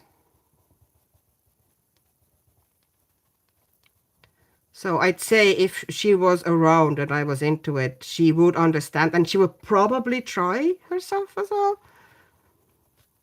Although she had never really, taught herself as in any way, kind of artsy or, capable for it. But I'd say if I had kind of encouraged her, and had that hobby, she would have definitely tried it. Because, it would have felt creative and interesting. And she was all about that.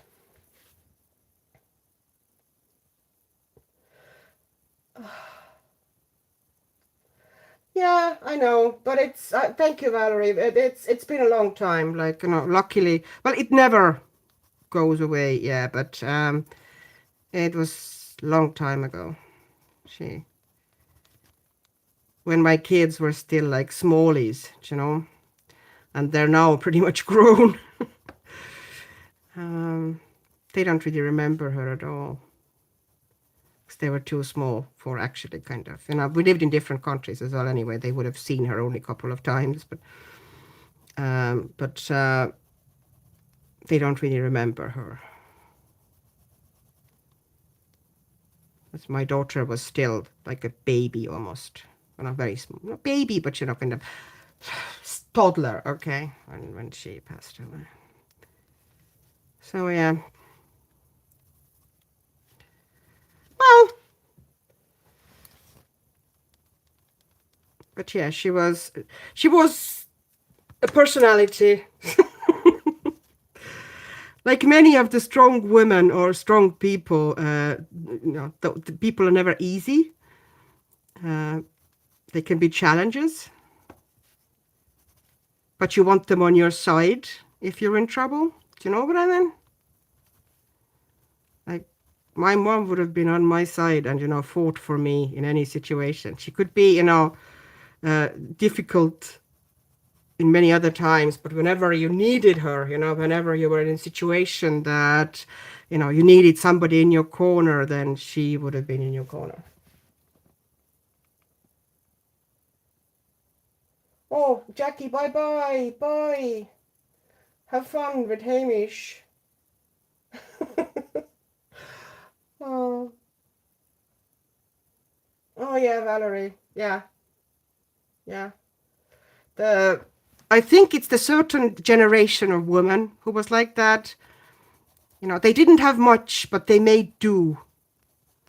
And, being creative was often just, creating something from almost nothing. So she was definitely of that generation and of those circumstances because, the tail end of Soviet Union and all that. Oh, Valerie, your dad's mom sounds so cool. I already, without actually ever meeting her or knowing her, already love her. This sounds, yeah, just the personality, type of the personality I really like.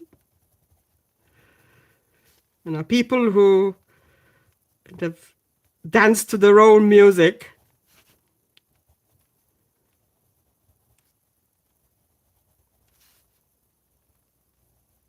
Ouch. Okay, now I need...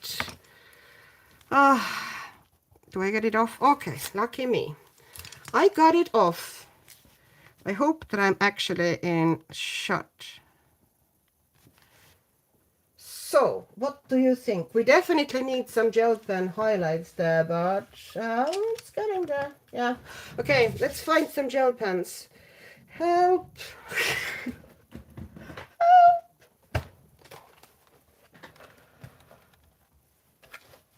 Oh, yeah, no. Yeah.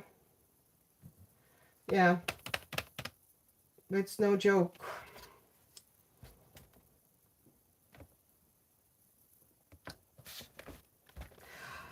Valerie, actually, one thing that is happening now, I notice with my daughter and her friends, and a lot of young people around, that those skills are becoming popular again. So I'm hoping that they're becoming something that young people or younger generation are getting more and more into.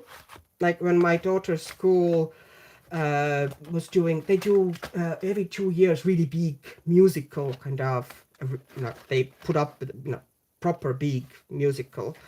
They transformed the sports hall into basically a theater with the proper seating. They rent the seats and everything, and lights, and they're really decent, like not something that you go and suffer through because it's your kid's performance, but you actually pay for a ticket to see it.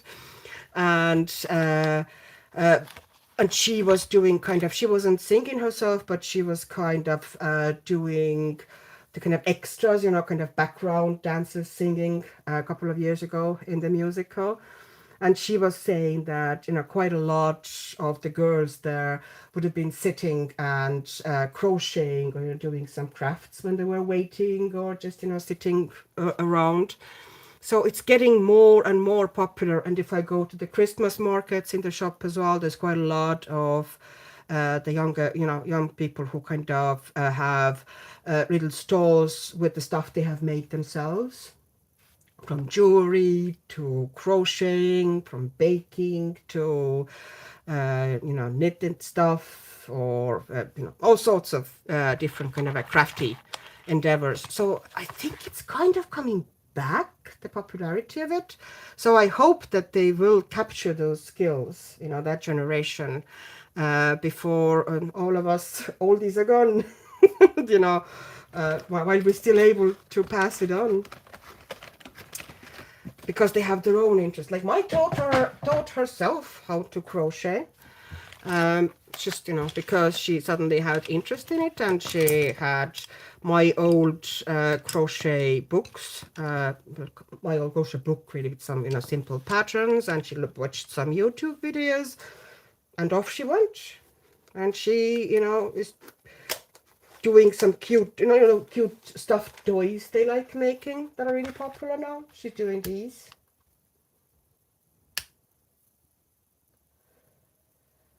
Do you know, your dad's mom sounds like a hoot. I love the story about her selling birth control to American sailors. That is the sort of woman I would have loved to know.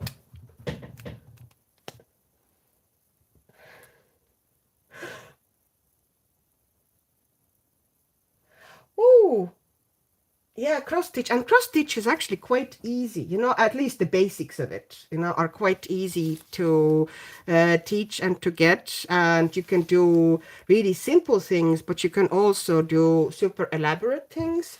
So cross stitch is actually a good little craft to start off with. But you can go, of course, nuts with it as well. This is my page that is left from the glitter video and the shiny video. Look at the sparkle. I'm using this notebook somehow for kind of, just swatching everything or trying things out. Oh, and I found another glitter thing that I actually had forgotten in the drawer. I have this Tim Holtz glitter paste with stars in it, and I'm kind of itching to use it somewhere. I haven't decided where, but doesn't it look cool? It's so pretty. I want to use it. Anyways, I just took that thing out just to make sure that I get my gel pens working before. I usually kind of scribble them out a little bit before I go onto the page with them, just saving myself some stress, to be honest. And I'm going to just drop it in some places. And I'm not doing I'm not outlining everything. It's kind of pointless to do that. I don't feel a need for it. But I'm going to kind of outline some areas, create some highlights. And I think that's more effective than trying to kind of give all around line covering, because in most of the cases here, the lines are kind of disguised with the contrast anyway. So I'm just putting it somewhere that, you know, the black is really showing, or where I want a bit stronger highlight. Yeah, those they somehow became really popular, those little cutesy things. And I know that, you know, they're not really kind of useful like the stuff, you know, we had to make or used to make. But the thing is, that's how you learn a skill. And whether, you know, that skill is just for fun stuff or not, but you still have the skill. And should you at some stage need or want to do something a bit more substantial, you have the know-how.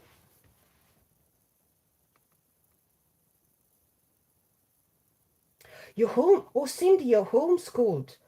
I am in absolute awe of you. I don't think I would have coped with that very well at all. Like that must be, that's such a responsibility and so much work, I can only imagine.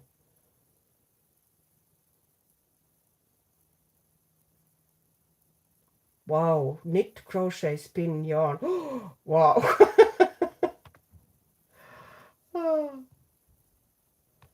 Embroidery is beautiful. Well, when done right, of course.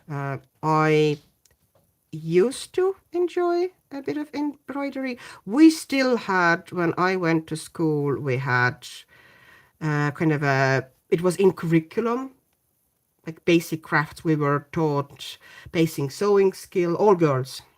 It was, the classes were split into boys and girls. Of course they were, you know. Although I would have preferred, you know, nowadays it wouldn't fly anyway, but I would have preferred to get some other practical skills as well. But it was split, so girls would have been doing the knitting and crocheting and sewing, you know, that was taught to them, and boys got metalwork and woodwork. And, you know, of course, you know, I'd rather nowadays, and it has changed in that sense that even if you do have crafts, you know, it's not kind of a gender specified like that anymore. But I would have liked to have gotten some knowledge and skills in these areas as well, because I'm kind of still fairly useless in anything kind of a DIY-ish. And I've discovered that if I actually, you know, I need to do it and I kind of say, okay, I need to do it, I need to figure out. And once I figure it out, it's not actually that complicated. But for some reason in my head, anything DIY is super, super, super complicated and super hard. Oh, hi, Danny. Hi, Danny.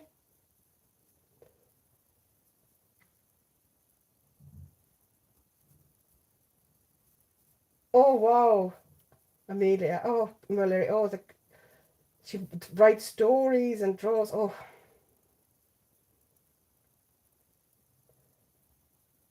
3 a.m. time. Hi, Rosalind.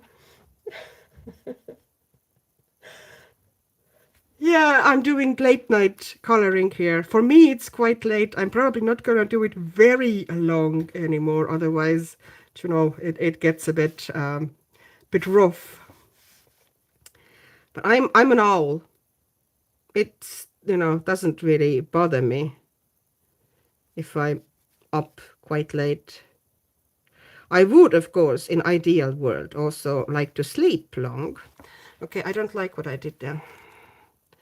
So here is my cotton bud. While the gel pens are still wet, which they stay for a little while, I can kind of tidy things up here. Oh, I'm out of shot. Well, isn't that great? It's very useful, isn't it? I'm sure you're getting loads of great tips here with me working off the shot. Okay.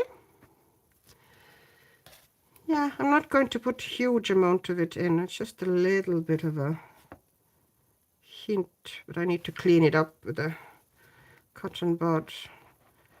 Because that's, you know, even the thinnest gel pen is still not thin enough, you know, for the detail that is here. So I kind of need to work it out.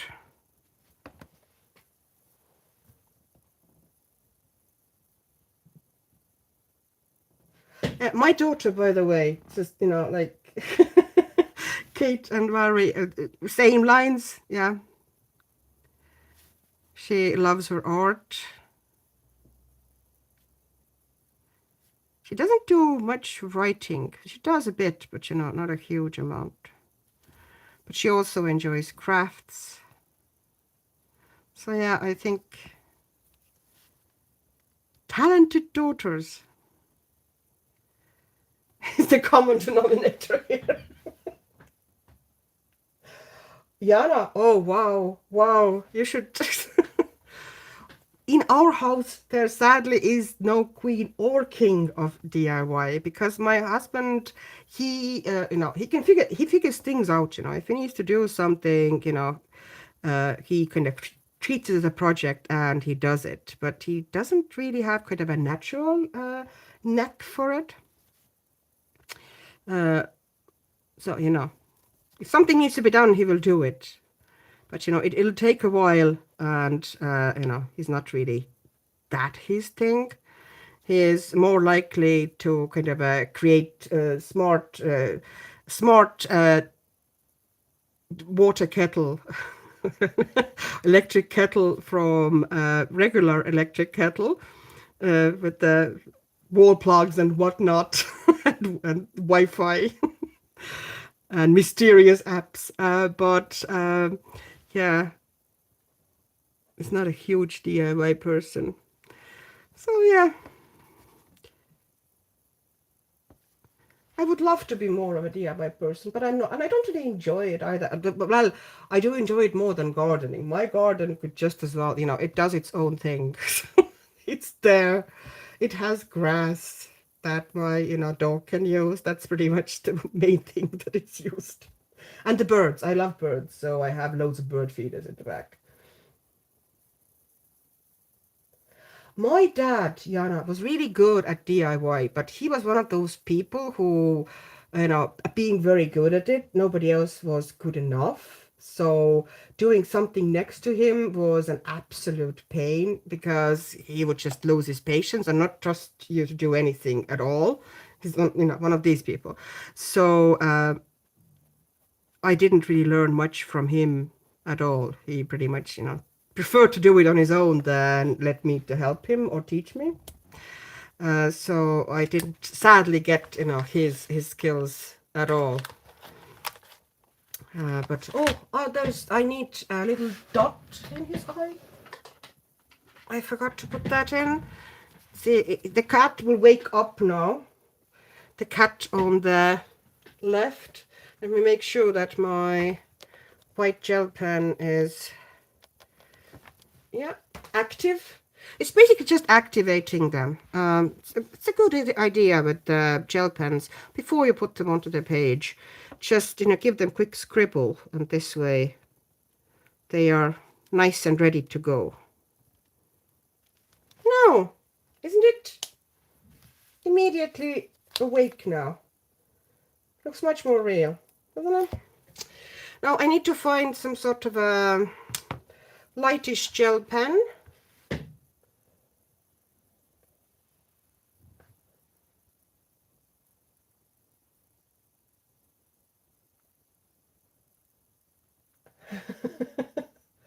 I will try to keep, Danny, yeah, I will try to, first I have to figure out how to actually save it onto my channel. This is my very first time, okay? I haven't got the faintest clue what I'm doing. So I really apologize for everything that will go or already has gone wrong. But I will try to figure out how to actually kind of do it so it would actually stay in my channel. I hope it's it's going to work out for me.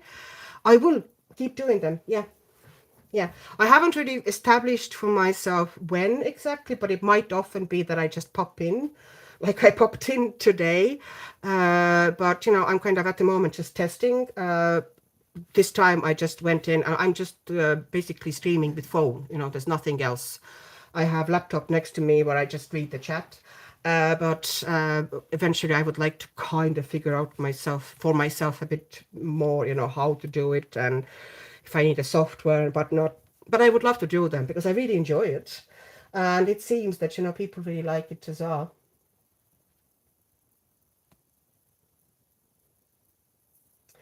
Oh, wow, Jana.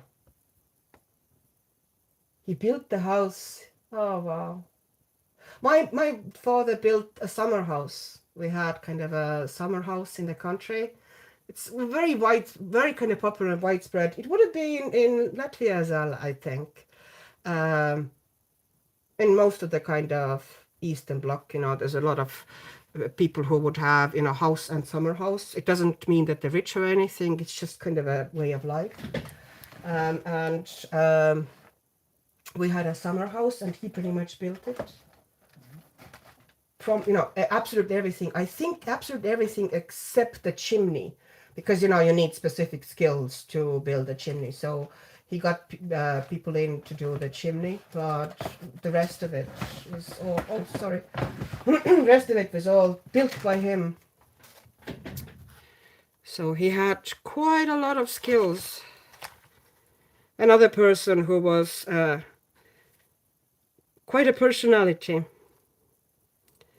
Okay, I'm going to take, I think, maybe that gray for these cuts there. Just going to try to see if I'm going to get the, give some extra to the edges of the fur there. I'm not sure if it's going to be too dark, but I'm going to figure it out.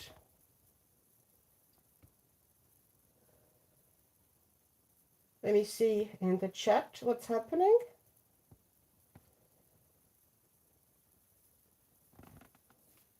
Oh yeah, my husband is fantastic with maths and numbers. So is my son, and so is my daughter, by the way. Of course, funnily, the only person who's not really great at that in our house is me. Well, I'm not as bad as some, like, I can still do basic stuff. But yeah, they're all, for them, it kind of comes easily. Just bring in, like here, the main thing is not to go too light, because then it looks like a foreign object. But, get something that is close to the color of the fur, maybe a little bit lighter, and then take little strokes out. And I think it looks better that way.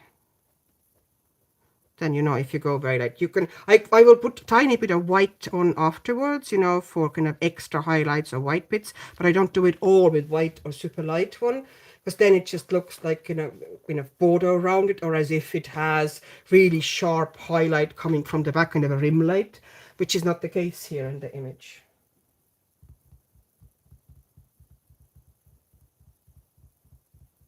Oh, you are amazing, Danny. You taught her when she was 3.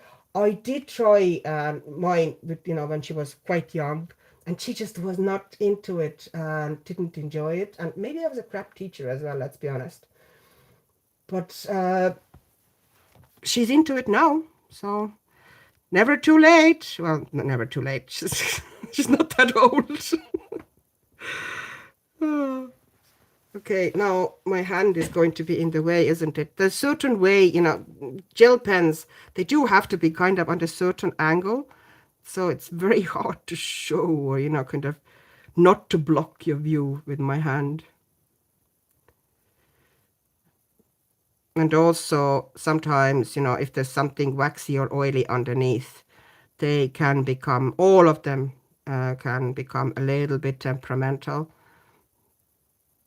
So you might need to kind of go back and scribble on regular paper for a moment, and then go back onto the kind of waxy surface, and they'll be fine again for a while. It's just that wax or pencil wax or pencil oil or whatever kind of clogs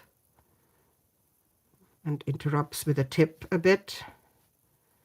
So just to get rid of it a little bit, scribble it off onto the paper, and then it works again for a while. So I find it works that way anyway. So I'm just taking the black away. I'm not trying to kind of create huge highlights there. I'm just softening the blackness and creating a bit more fluffy effect.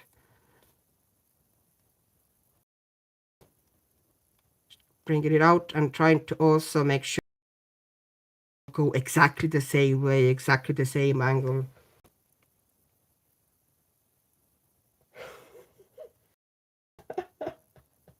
Oh, hi, Kelly.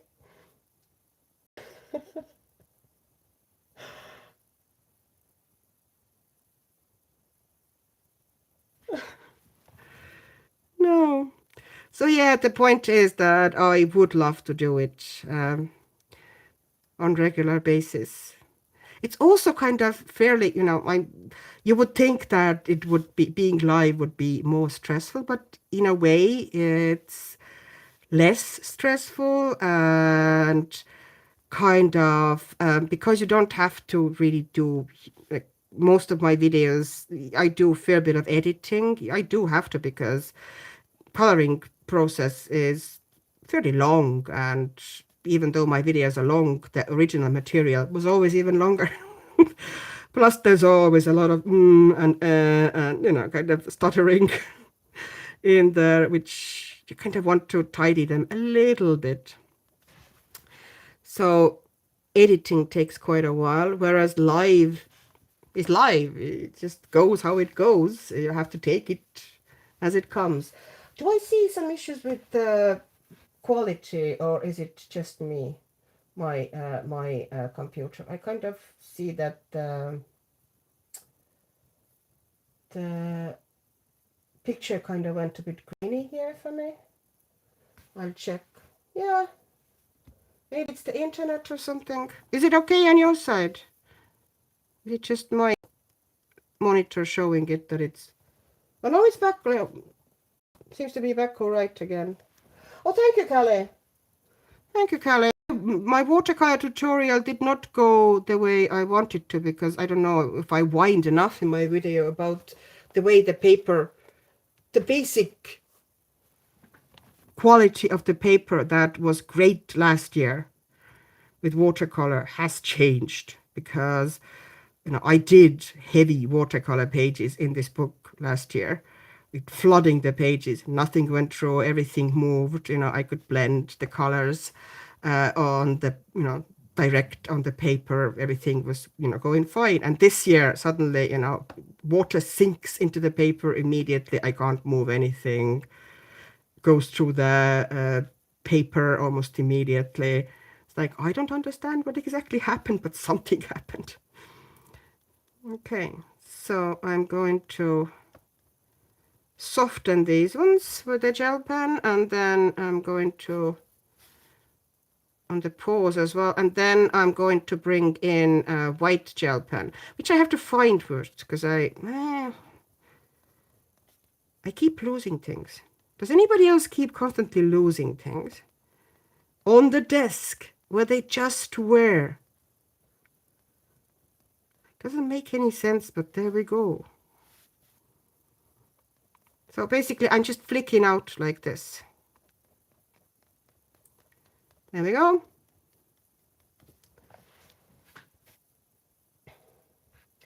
No, I don't think it's to do with the watercolor because I actually tested, out of interest, different watercolor here, and just the way water goes in.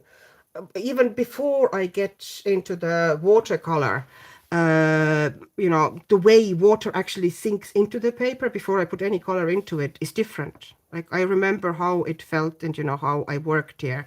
I'll show you the page. I showed it before, I know, but I'm gonna show it. This is the page I did here last year. Okay, a second, and it's basically done. So I absolutely flooded the page with water, the whole page, and I applied several layers of watercolor. Or I actually lifted some watercolor, created those color variations and stripes, splattered it with watercolor after that. And nothing went through. Don't look at the edges. This is just me pushing the paint. I wasn't particularly tidy when I was working with the brush. Paint seeped here, but nothing went through, you know. And I was able to work on this surface, no problem. And this year, something has happened with the sizing with the paper. Maybe I've done something to the book, which is not beyond possibilities, because, I'm not easy on my books, although I can't really see what I could have done. But sometimes, like in watercolor as well, sizing can go bad. Sizing is okay. Sizing is the coating on a paper that repels the water slightly. And good coloring books and good papers, I explained that in the videos, they do have sizing. Some more, some less, whatnot. But it can go bad over time. Like if you think that you have watercolor paper in your shelf for years and years and years, and it's still watercolor paper, it might have actually gone bad. It might have actually not worked with watercolor anymore because the sizing goes off. Oh, night, Kate. Sorry, I didn't notice that you were going.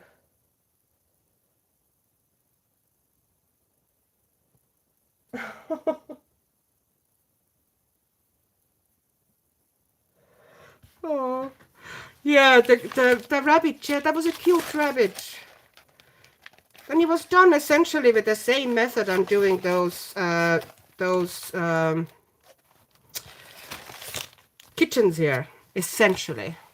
Although, because there was kind of fairly dark watercolor base, I was able to kind of do the fluffing at the edges with Prismacolor pencil, so it gives a bit softer and more natural fluff at the edges here. Because this acrylic pen, it's still fairly shiny. The Prismacolor pencils won't go on top of it that great, so I'm doing it with gel pens. Just, adding some fluff here. I just took now white gel pen, and I'm adding some strokes of white. I did the rest of it with gray, but just to give some extra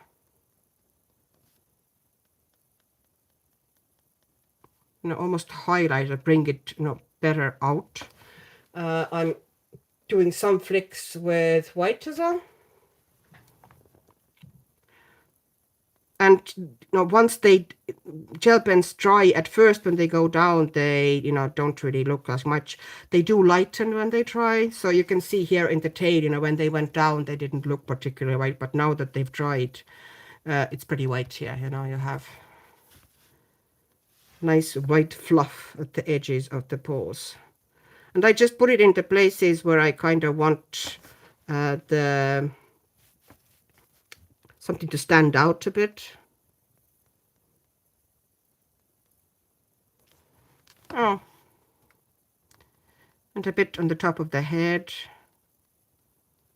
And not trying not to overdo it, but still create kind of fluffy edge. And I might put something on here as well.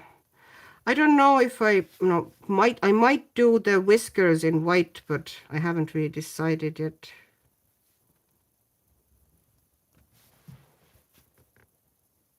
I do fluff very well. Thank you. Oh.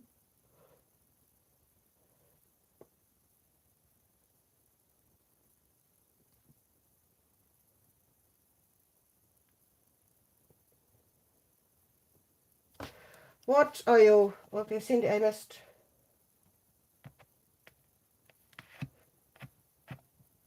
Oh, covering the books.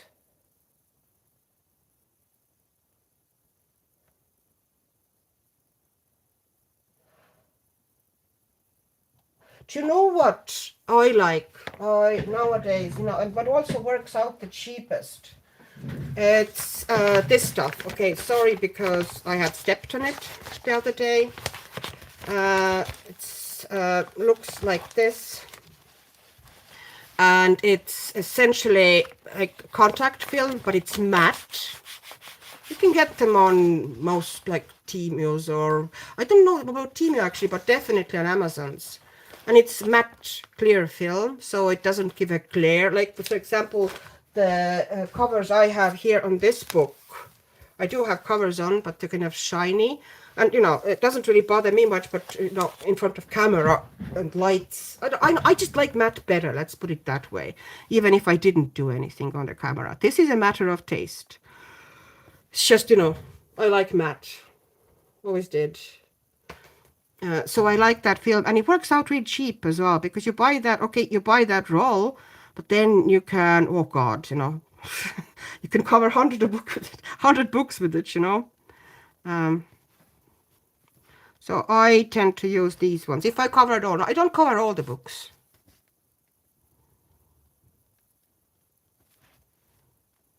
It depends how often, you know, I use that book and so on.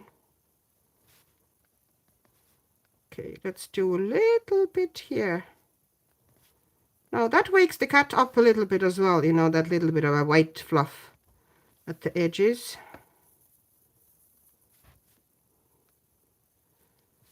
Okay. And maybe a tiny bit of white, just add a dot on the gold or something like this, and here as well, just to make it a bit shinier. Yeah, I think that cat is going to be as good as it gets at this stage. I don't know if I'm going to do the whiskers, but with whiskers I definitely need to do them, so my hand is going to be covering the things, so I might leave that for later.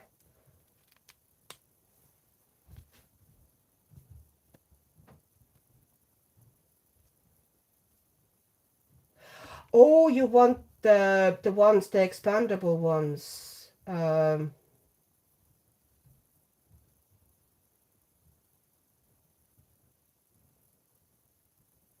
I know, Danny. Sizing does go bad. Yeah, it's just usually, you know, I know about it in the kind of watercolor paper. I've never had an experience of the book where the sizing goes bad. You know, I didn't really expect it to happen, but it clearly has somehow. Oh well, I'd still cope with it, you know, I just use it in different ways. But of course, you know, before I knew it, I had started doing a watercolor tutorial in it, so that was a great choice. The basket, where? Oh, this one.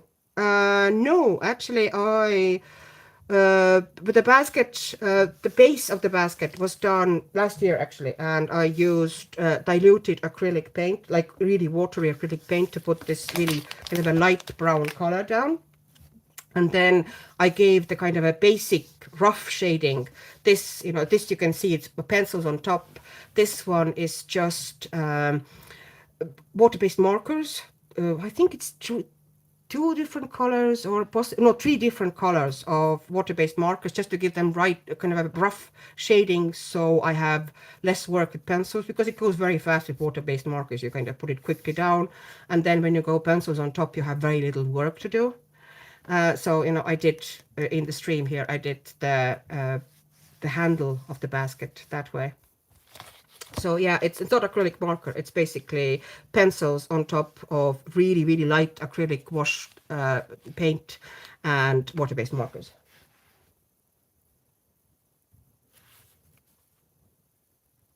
Thank you, Stephanie. Oh, hi, Stephanie.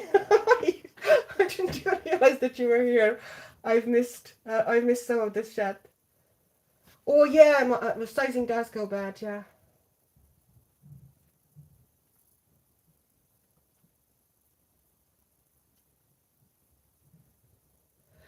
Yeah, for hardcovers, I usually don't put contact paper down either. But for the kind of a soft cover books, like, you know, kind of a A4 journal size type of you know, like, you know, you say R.J. Hampson or Crook or, you know, whatnot.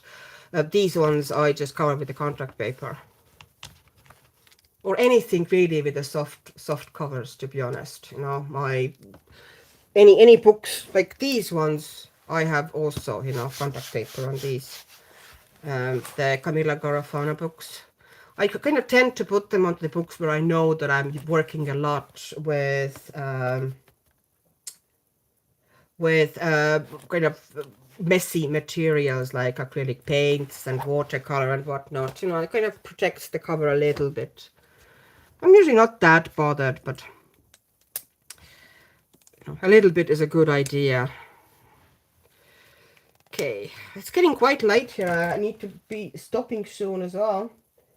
So, oh hi Stephanie. Slip-on ones, yeah, yeah. These ones are also on Amazon. But you need to kind of resize them a bit because you never get the covers to actually exactly fit your books. I think I showed in that video that you can resize them, but you know, it's a bit of work. Hello, hello, Amy. Hi, how are you? Oh, lovely to see you here. It's my first stream, so everything is very confusing. I don't know what I'm doing, but I'm trying. I just hope I actually manage to somehow make sure that this stream stays on my YouTube channel. Do I have to do something special for it? I don't know. But it's been super enjoyable. I totally understand why you are streaming, because it's really nice. It feels like, you know, sitting down with a bunch of people you know well and just kind of chatting away. I had to connect my laptop when my battery's dying. Huh.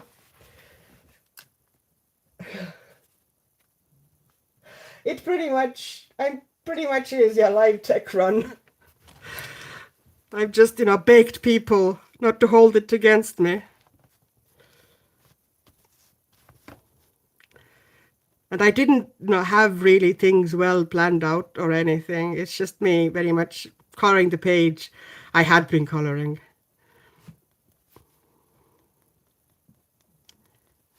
The good old Christmas book by Hanna Karlzon.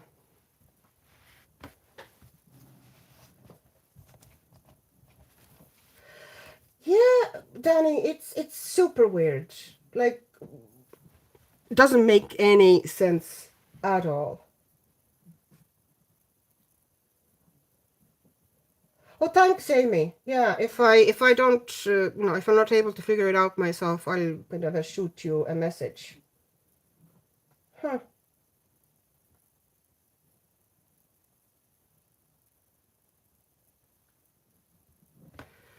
Thank you, Amy. One tries. I basically just grabbed my phone, stuck it onto my ring light, you know, pressed all the relevant buttons on YouTube app, and here I was, going live. I did order myself a webcam, because maybe I can kind of create permanent setup so I don't have to constantly connect and reconnect and unconnect my phone. I kind of suspect that I would like that.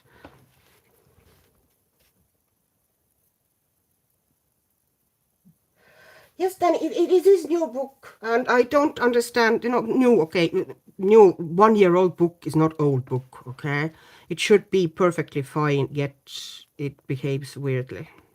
I don't know. I'm just, you know,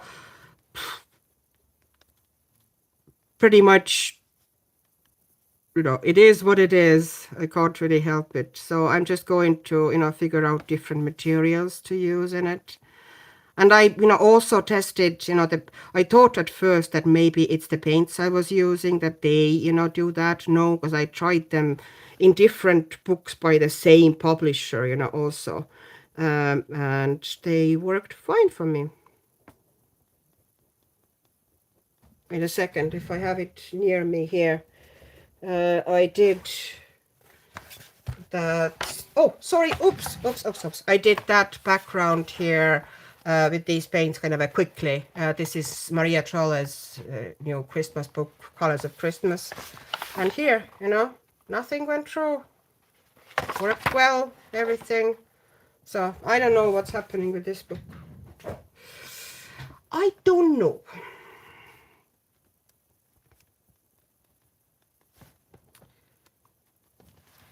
Does anybody know people who are more knowledgeable or kind of have been probably doing YouTube videos or streaming more? Uh, how do you kind of get a zoom and a remote zoom onto your camera or phone? Do you use a software for it or do you have a remote for it? Because I see some people are able to kind of just quickly zoom when they're filming. I pretty much have to move my thing to do it, you know, my ring light up and down. Well, there is kind of a, I can change into different uh, kind of zoom on the camera app as well, but because usually camera is a bit away from me and I'm looking at it through the air mirror app on another phone, I can't really do it very well. So is there some sort of a remote zoom?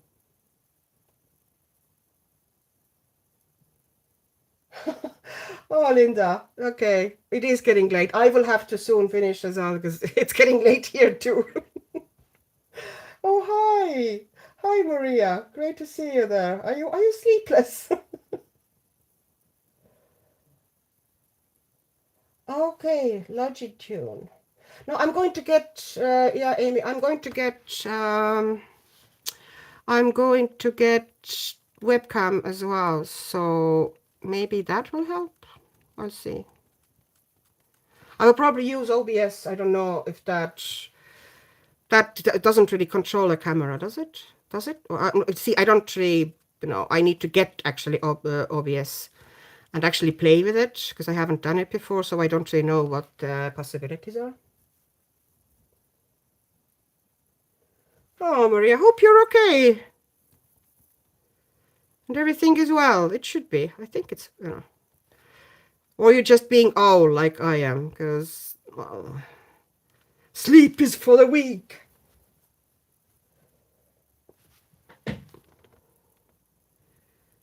I tend to be up very late pretty much all the time.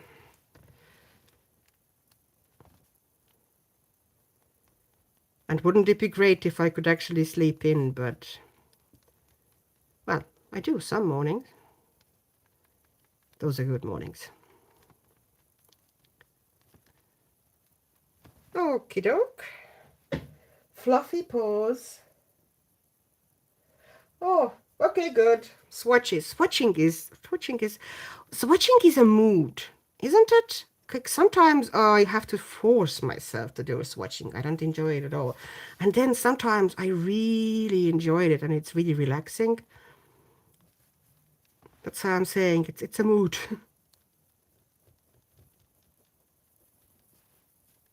It can be really chill activity. Okay, now I need to turn the book because I cannot bend my hand that way. Sorry, people. Okay. So I'm going to finish the fluffing of this cat as well. And then I really should get myself kind of ready for the night as well. Because it's been a while. And it's getting too late here soon.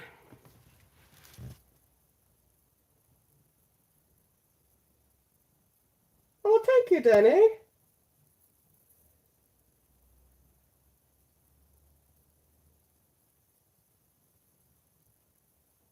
Okay, yeah. I kind of have a clue, Amy, what the OBS is. It's just I have to literally, get things connected and actually play with it, and figure out what I am doing. Because I kind of would like to get better at it. Maria, this is Godule. Did I say it right? Godule? Godule? Is it Godule or Goodule?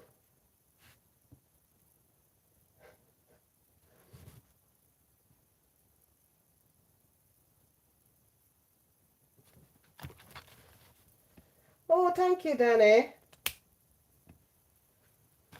Thank you. We do try, and the community is fabulous just by default, isn't it? We have so many wonderful people in coloring community, and people are so kind and so accepting and have so much empathy and understanding. Like, I think we're really lucky in the coloring community to have such a nice crowd of people and very little of kind of tensions and niggles and, you know, sometimes, things can, if you look at the online dramas, like things can get really out of hand. And, luckily we don't really, at least, in the recent memory, there's not much, issues like that, which I'm very grateful for. Yeah, Maria, those are cute cats.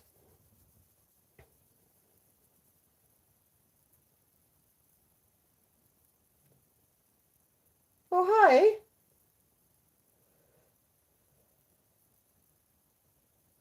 Good Yule. Okay, good Yule.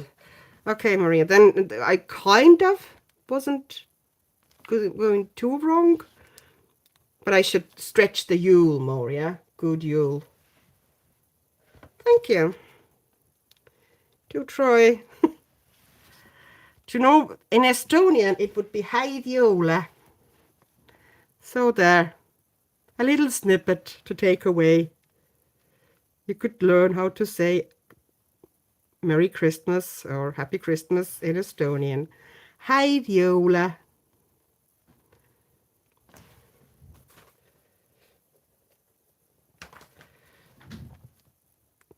It's a really obscure little language, but beautiful. Actually, Estonian is a beautiful language. One of the fairly old languages.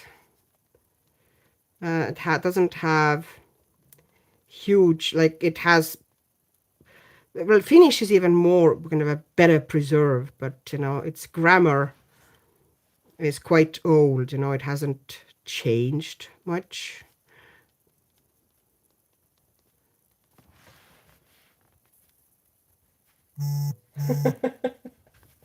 Yeah, häid jõule.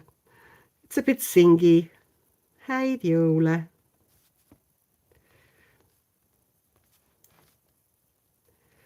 Gosh, are you ready for Christmas, people? Okay, I think I'm getting there soon. Soon, soon, soon. Okay, I need to turn the book again because, as I said, my hand does not bend that way.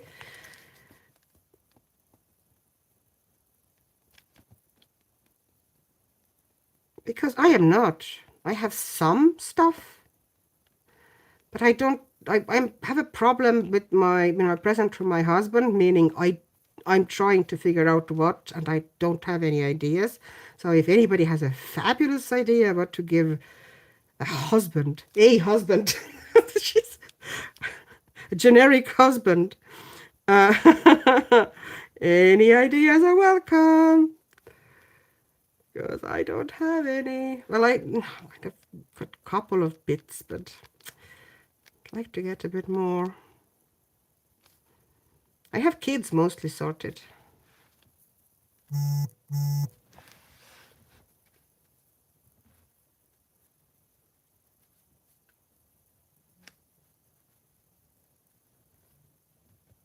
Oh yeah, Jana. Yeah, Latvian is also pretty much standing.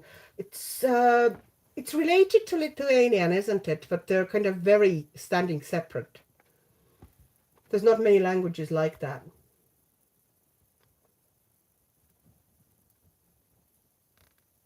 Yes, Stephanie and Amy, coloring community is just amazing. I will probably decorate next weekend, possibly. In kind of my background, putting, like, we don't like, well, if I was actually back at home, you usually would put tree up like almost night before Christmas Eve. Because often it is because it's more widespread and popular to have live tree in the house. So you don't want to have live tree too long because it just starts shedding and gets, you know, gets pretty scruffy. but and also, people just don't like, I think it kind of takes away, for me, it takes away from the Christmas if the tree and all decorations are up for too long. It just becomes a routine. Whereas, when you have it up for a couple of, maybe a couple of weeks before Christmas, that time really feels, special and festive. But that's just, my kind of a cultural background, I think, speaking. It's everybody, has their different feelings about it. Okay, good night. Good night. Maria, have a good night.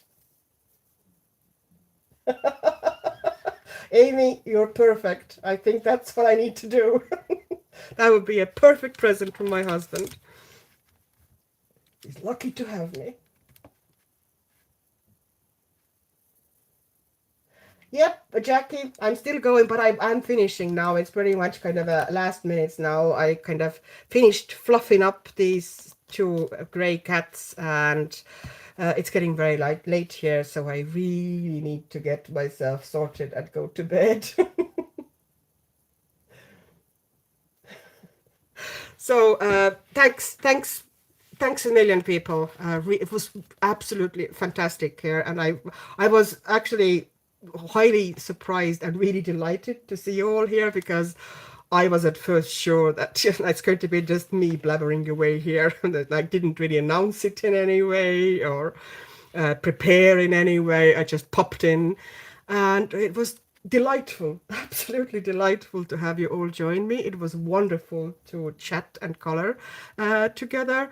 Hopefully, we'll do it again soon. Okay, please, please, please, and hopefully you'll stay with me, or be lucky enough to come together and chat again. So, mwah, and have a great, whatever the time is, wherever you are in the world, day, morning, night, evening, and just enjoy yourself and be good and be healthy and stay creative. Okay? Bye bye, people. Love you all.